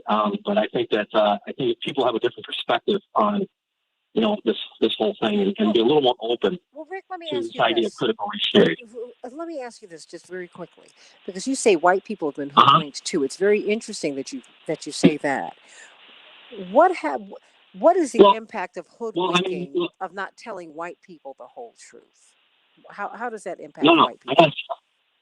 I think that it makes it easier for them to be manipulated, especially when you use coded language or dog whistles to basically influence their worst impulses. And certainly especially when you're using especially a lot of white people just don't know. They haven't been around enough people of color to recognize that they're people too, and they all they know is the stereotypes, all they know is what they see on TV, and then when you hear politicians feed into that, it makes it real easy to manipulate them, and they don't have a critical thinking to say, well, we're just being manipulated right now by dog whistles techniques just to do something else. And that's usually the case. I mean, like I said, I don't think there's a whole lot of difference between, say, the plantation owners of the 17th century and the 21st century capitalists who are kind of use the same tactics to keep us divided. I think if more white people recognize that we're kind of all in the same boat here, they'd have a different perspective, and I think the powers that be would be pretty scared. Well, and that's why critical race theory. That's why telling the whole truth is so important, because race was introduced into the mix, right? So that we would be divided. Because this project was for the oligarchs. They were having a fight with the monarchs, and that's how we got here. So I'm sending you much love, Correct. and I want to thank you for staying with us today and keep teaching the good stuff and fighting the good fight. Okay, Thank you. Appreciate it. absolutely, sweetie. As Florida has banned teaching critical theory, race theory in schools, and it's happening all over the country. Tony from O'Hare. Tony, what's on your mind today? Hi, Santita. It's always great to hear your voice. Great hearing Um, yours. yes, thank you. Yes, I just wanted to say that, CRT, the word theory is not being used how most people associate the word theory. To them, the word theory is like, in theory, if I put jet fuel in my truck, it'll be able to fly.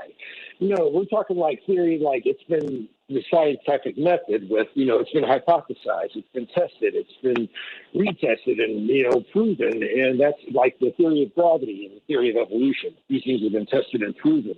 That's the reason why it should be and is a curriculum.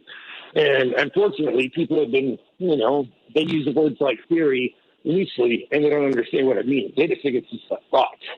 They don't realize that it's the actual proven truth of our history. I hear you. I mean, I think everybody needs a dose of Howard Zinn and Du Bois and everybody else. And and John Hope Franklin. Tell the truth. We're strengthened by the truth. We're not weakened by it. Thank you so much, Tony. You take care out there at O'Hare. Robert from Wisconsin. It's been a while. How are you? Good morning. Good hearing I'm your great. How are voice. you? Always great hearing your Good voice. to hear you too. Yeah, so I just find it amazing. I didn't even learn about Tulsa until I was in my 40s. I think one of the callers said, well, they can learn about it in college. The reality is a lot of people don't go to college. They enter a trade or something. What I'd like to see us do is put civics back in high school and make it required. I think Bill Bennett pulled it out. I don't know if it was under Reagan or under Herbert Walker Bush. I'd like to see that change, and I'd like to see the textbooks written in California or New York or a larger market. Why are all our textbooks written in Texas? I remember in high school, I think history stopped somewhere before Richard Nixon. That was where we got up to. So there was a lot of history we never learned. So. Well, I mean, I hear you, but I think a lot of the publications come out of Texas, but certainly a certain perspective is represented, Robert Patillo, and that is not healthy. I mean, you're hearing these callers, and they are white men who are saying, "Wait a minute, this hurts us not to know the whole truth. We've been divided from each other, and now look at the mess that we're in. All of the wealth gap has now hit white people. White folks now have black problems." And it was always this way, Yeah, right? black folks have always been the canary in the coal mine, and now the gas leak is getting to everybody else, and we can't really hold back the fort anymore because kind of the concept behind diversity, inclusion, and education is to explain the current condition of human beings. Traditionally, the way we've explained this off was just that certain people were inferior, and then we figured out ways to kind of coddle and cajole around that, but still the same basic predicate. Why is there more crime on the south side of Chicago than on the Magnificent Mile? What if there's something wrong with the black folks down there? It's easier to say that than, well, we don't put the proper governmental resources there. We have food deserts. We don't have mental health clinics. We have a lack of health care. We have a lack of housing. We have insecurity. Or they'll go with the tropes they used to say, well, there's no fathers in the home. They'll leave out the part about because we locked all the fathers up. That's why they're not in the homes. They make it sound like there's something genetically that makes black folks want to leave and abandon their families. So as long as they can keep saying that, they don't have to create public policy solutions for the problems that they have already made. We see it on the international stage where we talk about the migrant caravans and the crisis at the border. Why are these people coming here? Well, we kind of invaded their countries throughout their leadership, created banana republics, fomented a war on drugs. We look at what we did in Nicaragua, Guatemala, etc. Or you can go back to the pre-colonial period when Spanish explorers actually found an entire mountain made of silver in the Andes and enslaved the entire population as they processed so much silver from that mountain in the Andes that the dollar sign is the sign of the Spanish crown until this day. Imagine finding enough silver in a mountain that was just free to you because you stole it. But if we make that part of the narrative of history, well, now we sound like the bad people. And we don't want to sound like the bad people historically. So we have to create a different narrative, but that does not prepare people to interact on the international stage going forward. It's a lot easier to tell people, well, we started exploring and going west so we could find new spice routes, instead of saying, well, the Hunnic empires were to the east and we could not defeat them. The Arab and Muslim empires were to the south. We could not go through them, and we did not have access to the Silk Road because of the Ottomans. So we literally had to sail all the way around Earth to try to get there and bumped into another continent. So as the longer you tell people these fantasies, now you have people, as was just said, in their 40s and 50s and 60s, just learning history of the earth, of this world, and it's very jarring at that point. And frankly, oftentimes it's too late to change the actual public policies that will be needed to ameliorate many of the crimes that have been done over the last quarter millennia. See, with critical race theory, you've got to tell the whole story. That land was taken from the indigenous people, that slavery was law, that interracial marriage, for example, was banned, that voting was banned and that it was restricted, that Jim Crow was the law, that it was acceptable, that lynching was not only tolerated, it was embraced, it was an after church activity. You've got to teach that Tulsa was the first site of the first aerial assault with our military planes, sanctioned by our government on American soil. That didn't happen in Pearl Harbor. You got to tell the whole truth. Immigration was biased. It was banned to many. Education was illegal for many. Great jobs were elusive. You got to tell the whole truth. Let me go to Alan from Indiana. Alan, what's on your mind? Yeah, my question is, are we easing the standards in inner city schools so that they cannot compete with other schools? Point here, mathematics, English, and etc. I know of a case where inner city school did not stand up for a teacher who half the class got up and walked out of the class during a test, and they stood up for the students. Are we hurting the students by doing this? By doing what exactly, Alan?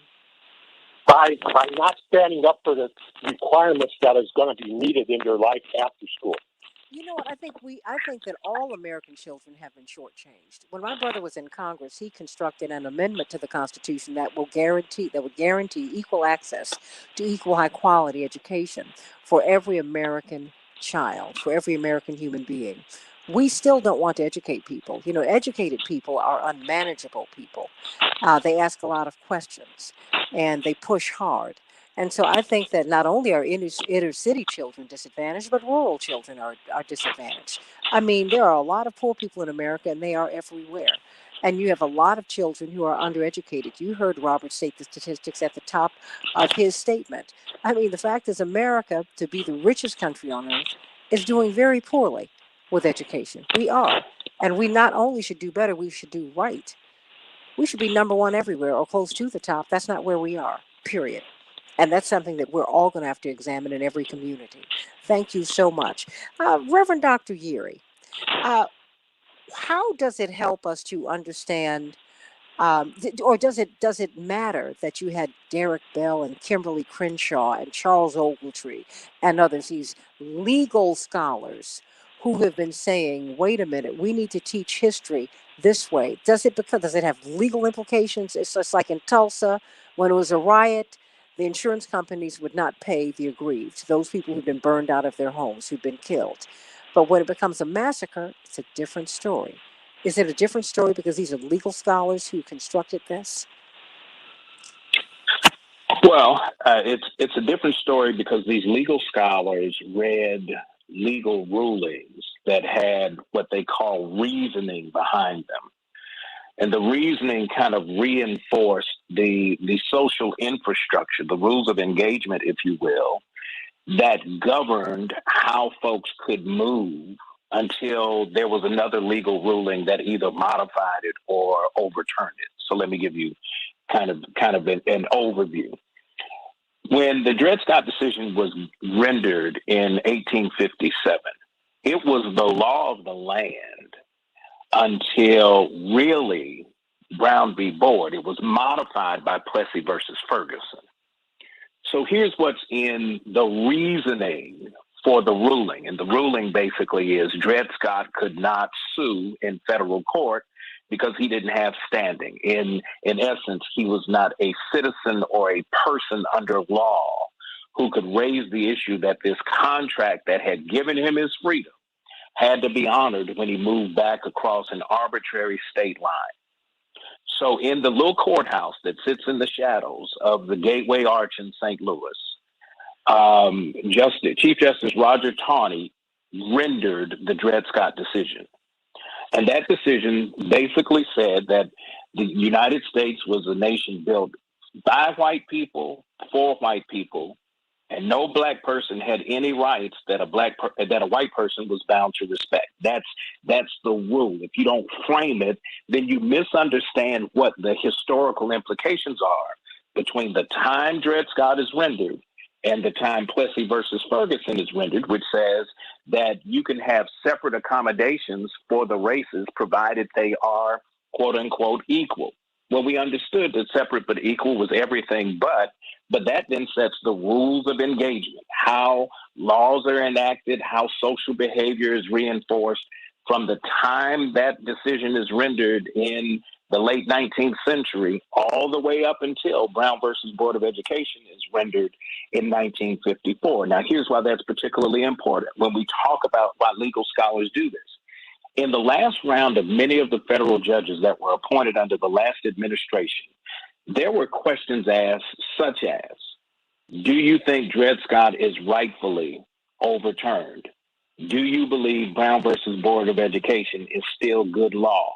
And for many of those who were being considered and later appointed to federal benches, they did not give an answer.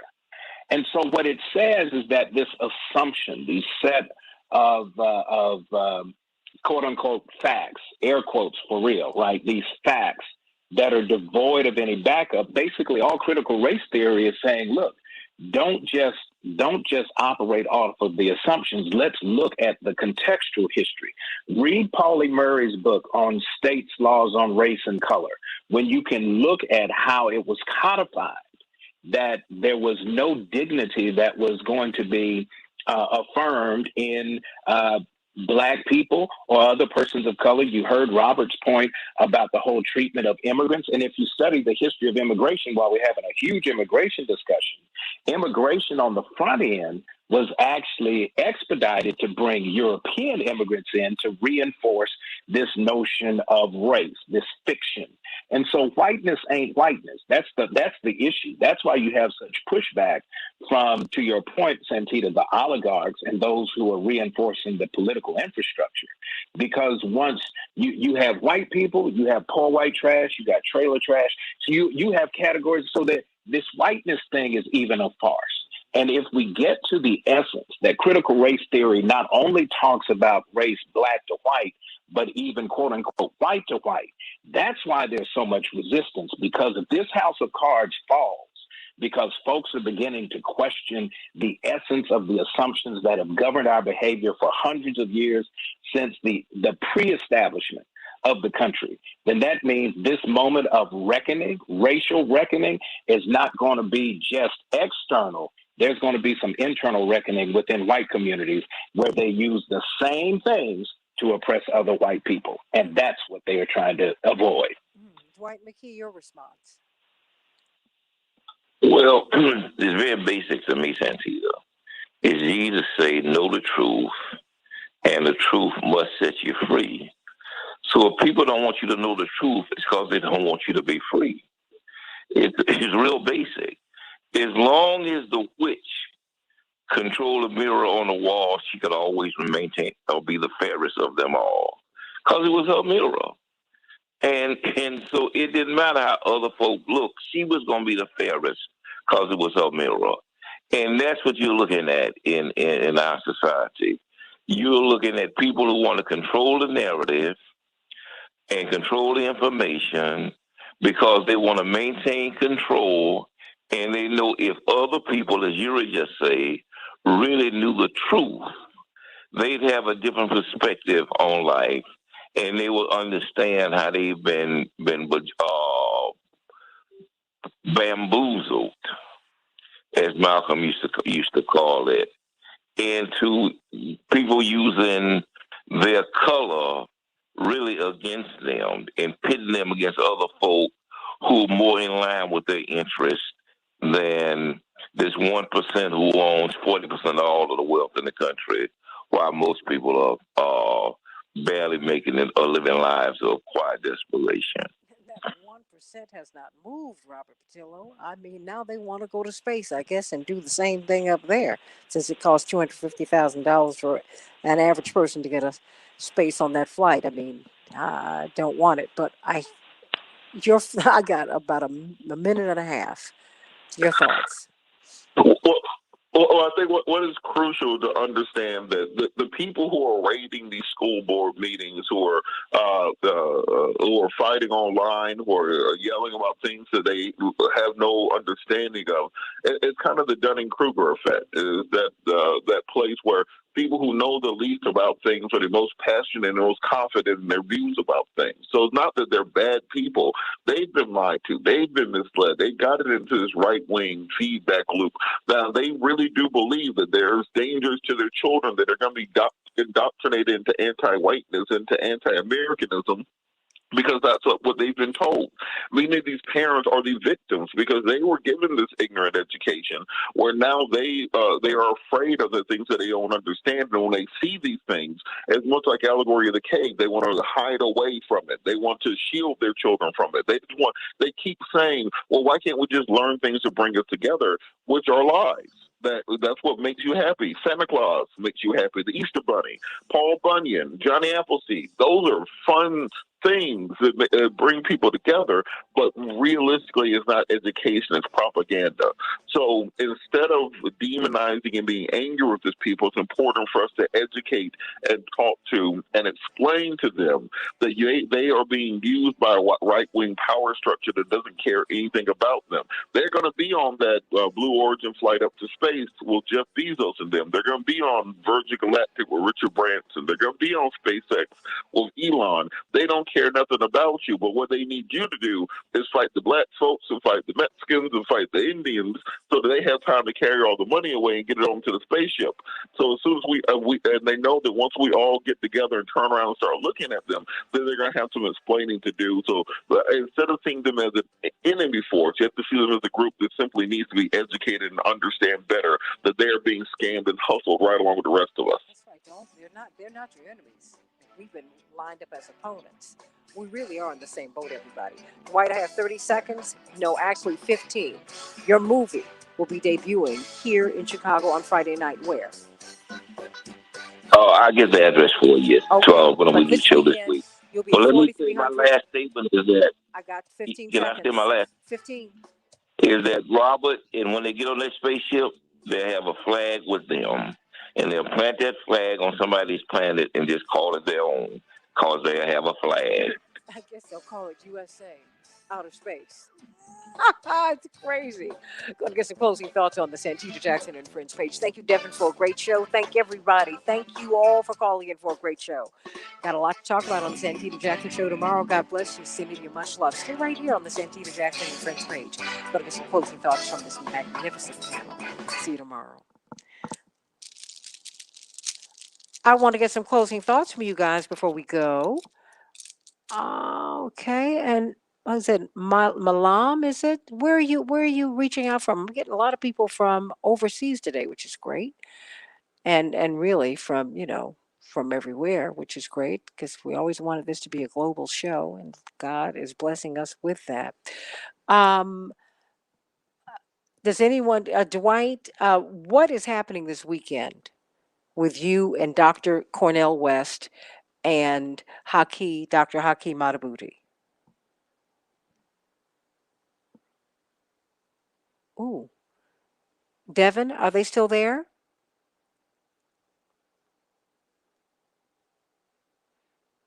Devin. Is anyone still there?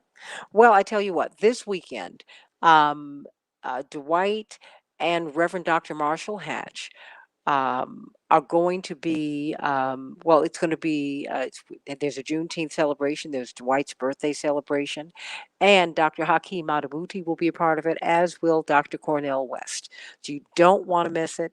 And there is a documentary movie about the work that Reverend Dr. Hatch and Dwight McKee have been doing on the West Side. It's going to be, I understand it's a fantastic film, and of course they'll both be coming on the show to talk about it. But I cannot wait to be with you tomorrow on the Santita Jackson Show, sending you much love and many blessings. Devin, is that it?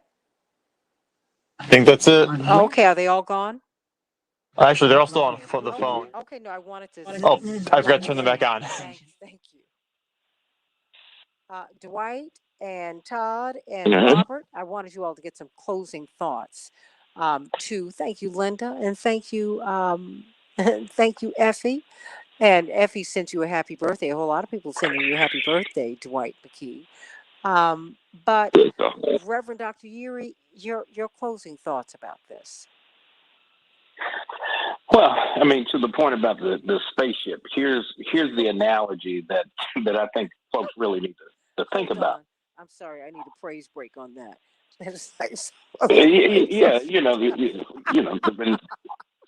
Yeah, they've created a space force to be able to use public funds to create this notion of defending certain interests. But remember, this is the thing that I think white folks have to remember, is not all white people getting on the spaceship. If you look at the history and the evolution of whiteness, in the period of European immigration, you had to earn your way into whiteness. There's a reason why, cops, police officers in many of the northern cities, Irish, they were reinforcing spatial, racial restrictions, making sure that folks stayed in their places.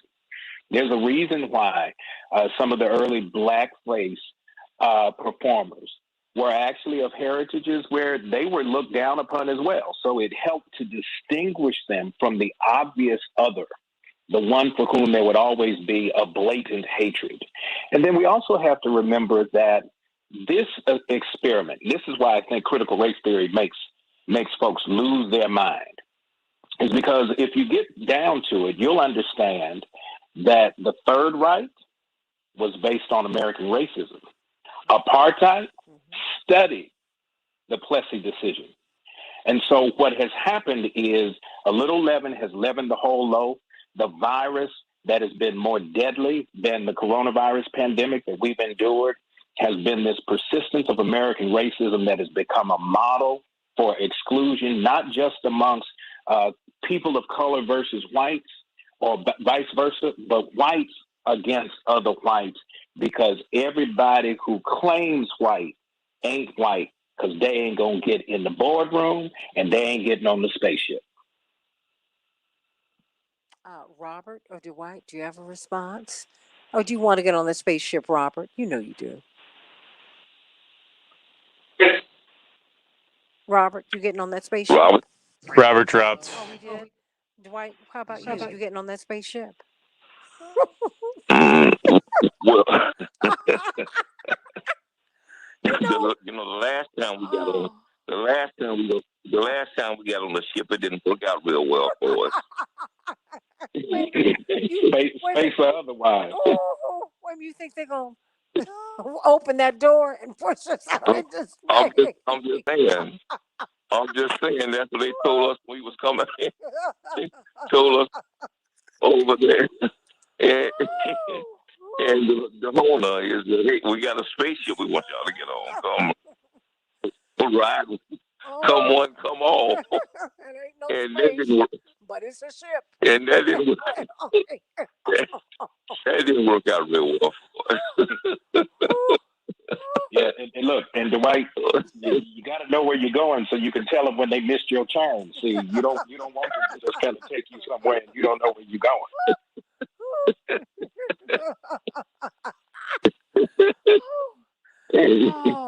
And you got over there. Look what we bought y'all. We bought y'all to the moon. Ain't this exciting?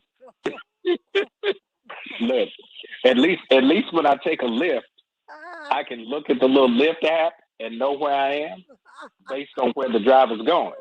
I don't think they're gonna have an app that's gonna be able to say you're here and this is where you're going. So no, I'll just take my chances where I know I am because this whole spaceship thing, it's But you know what? that's why we need critical race theory right there. That's why you need Jesus. That's why you need God. Okay? Whatever your belief system is, hey, everybody, I'm totally respecting. If you are not Christian, not only respect it, I embrace it, love you, love it. We're all part of the same family. Okay? Okay? I'm just saying to you, I do not think God's gonna let these jokers go up to space and mess it up too. I just I just don't think. No, no, you don't have the right to do that. Here, you made a mess of things on Earth, and you got to get more. You got a bad case. My father calls it need more. You made more money while everybody got sicker than everybody else, and now you all want to go up to space for what? I told y'all one time, first started the show, that my favorite Twilight Zone was about they go to space, and it was all these tours of space, and folks were so excited, and they bought a book said to serve man, 1,000 ways to serve man, and everybody was excited. They was getting on that spaceship, being led out by the thousands, 1,000 ways to serve man, and they finally translated the title of the book. And came back, and the guy said, "Get off, get off, get off." He said, "Why?" We translated the title "A Thousand Ways to Serve Man." It's a cookbook. To serve man. Hello, you guys. You're Soylent Green. Putting you in the frying pan. Get out of here. And you remember the expression on his face when he saw what?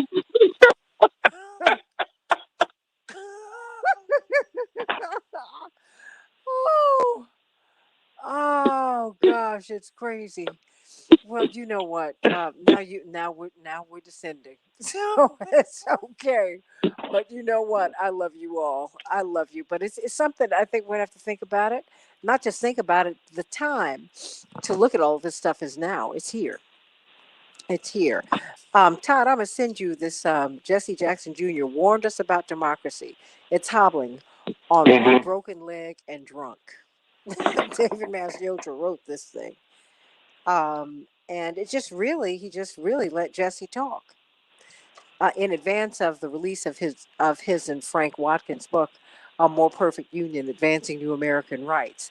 I'm going to post this on my page, everybody. I'll probably pin it. But it's just something to think about, and I'm really glad that you all really led us into a really solid discussion about this today. And everybody, like and share, and please embrace our brothers and sisters from all over the world who joined us today. Cuba, Puerto Rico's the United States. But I was glad to see our Puerto Rican brother on. Cuba, Brazil, and just from all around. I want to thank you for joining us, and I hope you'll be with us again tomorrow, because this is your home. I do hope that you'll consider this to be your home. Um, because we try to talk about everything. You know what, Todd and Dwight? I really do. I'm anxious to do this before we get too far from it. I want to talk about the relevance of the G7, right? Because they came up with the BRICS nations, Brazil, Russia, India, and China. And you see what they left out of that, of course, was Africa, which is where everybody in the world is invested. And Italy is not even one of the top 10 wealth producing countries in the world today. So, I mean, the whole idea of the G7 summit is like, I look at them and go, huh? I mean, who's being organized here? Europe is being organized. That is not a world summit. It is a regional summit. Okay. Hey, Regional in geography, but global in terms of its intent to dominate. It's a So when you colonization. look at systems, Yeah, exactly, it's a colonial summit. exactly, Absolutely. exactly. Because remember, And if their you look thrust at is who the military. players are, Well, well said. so Italy, Well said. Italy. So the United States was the mediator at the Berlin Conference.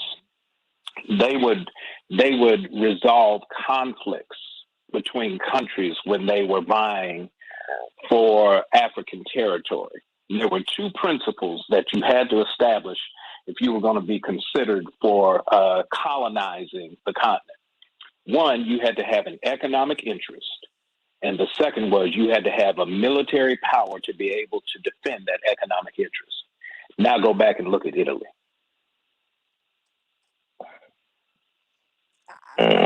So part of this is the historical legacy of the continuation of the colonizing experiment. First, the transatlantic slave trade, but then the ability to run like the Commonwealth. Where was the G7? In England, right? Where do you have a monarch? Where do you have Great Britain, the United Kingdom, in terms of what that means in terms of territorial reach and behavior and spatial control? So the G7 serves a larger purpose around actual dominance and domination, which is why it's an exclusive club. Oh, absolutely. I get it. That's why, but I want people to see that. Because, oftentimes when we see global summits, we see Europeans and we end there. And I'm like, honey, no. My father's been talking about that since I was a child. Be very clear. That's not the world. Mm-hmm. It's not the world. And now Italy doesn't even fit in there like it did 40, 50 years ago. But even NATO, Dwight David Eisenhower said, hey, if NATO's still in place, if it still has work to do in 10 years, we will have failed. So NATO is not supposed to be here forever. I know it sounds unpopular, but it's true. They're guarding European Well, that's where the interests. president is today. Yeah, that's right. Well, that's right, because they're guarding European interests. And even Margaret Thatcher talked about the Europe on both sides of the Atlantic. She was speaking of not just the United States, but Canada, because Canada is part of the Queen's Commonwealth. The city, remember, inside of London proper is something called the City of London. That's where the world's money is controlled. That's the world's bank. What did you tell me, Dwight? The city of the Vatican? That's where we control religious thought. We got to think about that, everybody. Got to think about that. And the District of Columbia, which is where D.C., we control the military. We need to know what we're looking at. The more you keep talking, I might try to get on that spaceship. Oh, no. You can't get on that spaceship. What you say? Wait a minute. I'm getting out of here. No.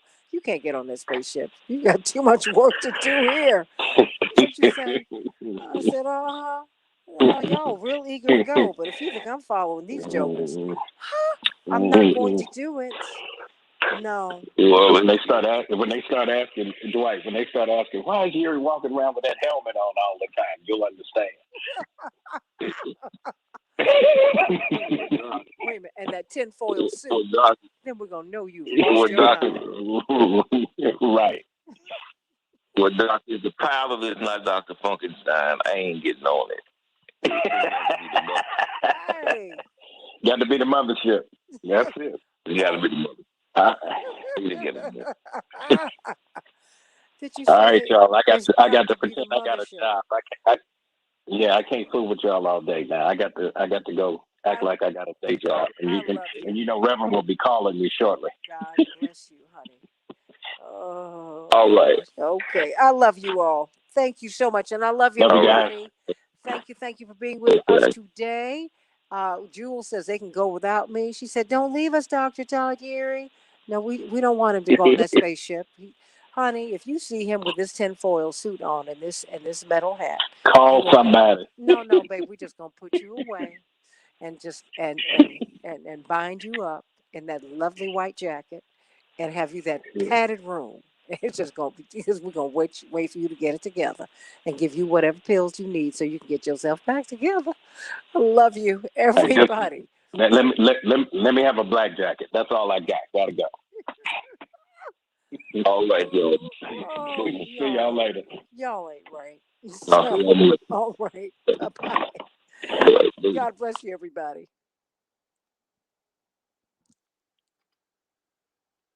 Thank you, Devin. You're welcome.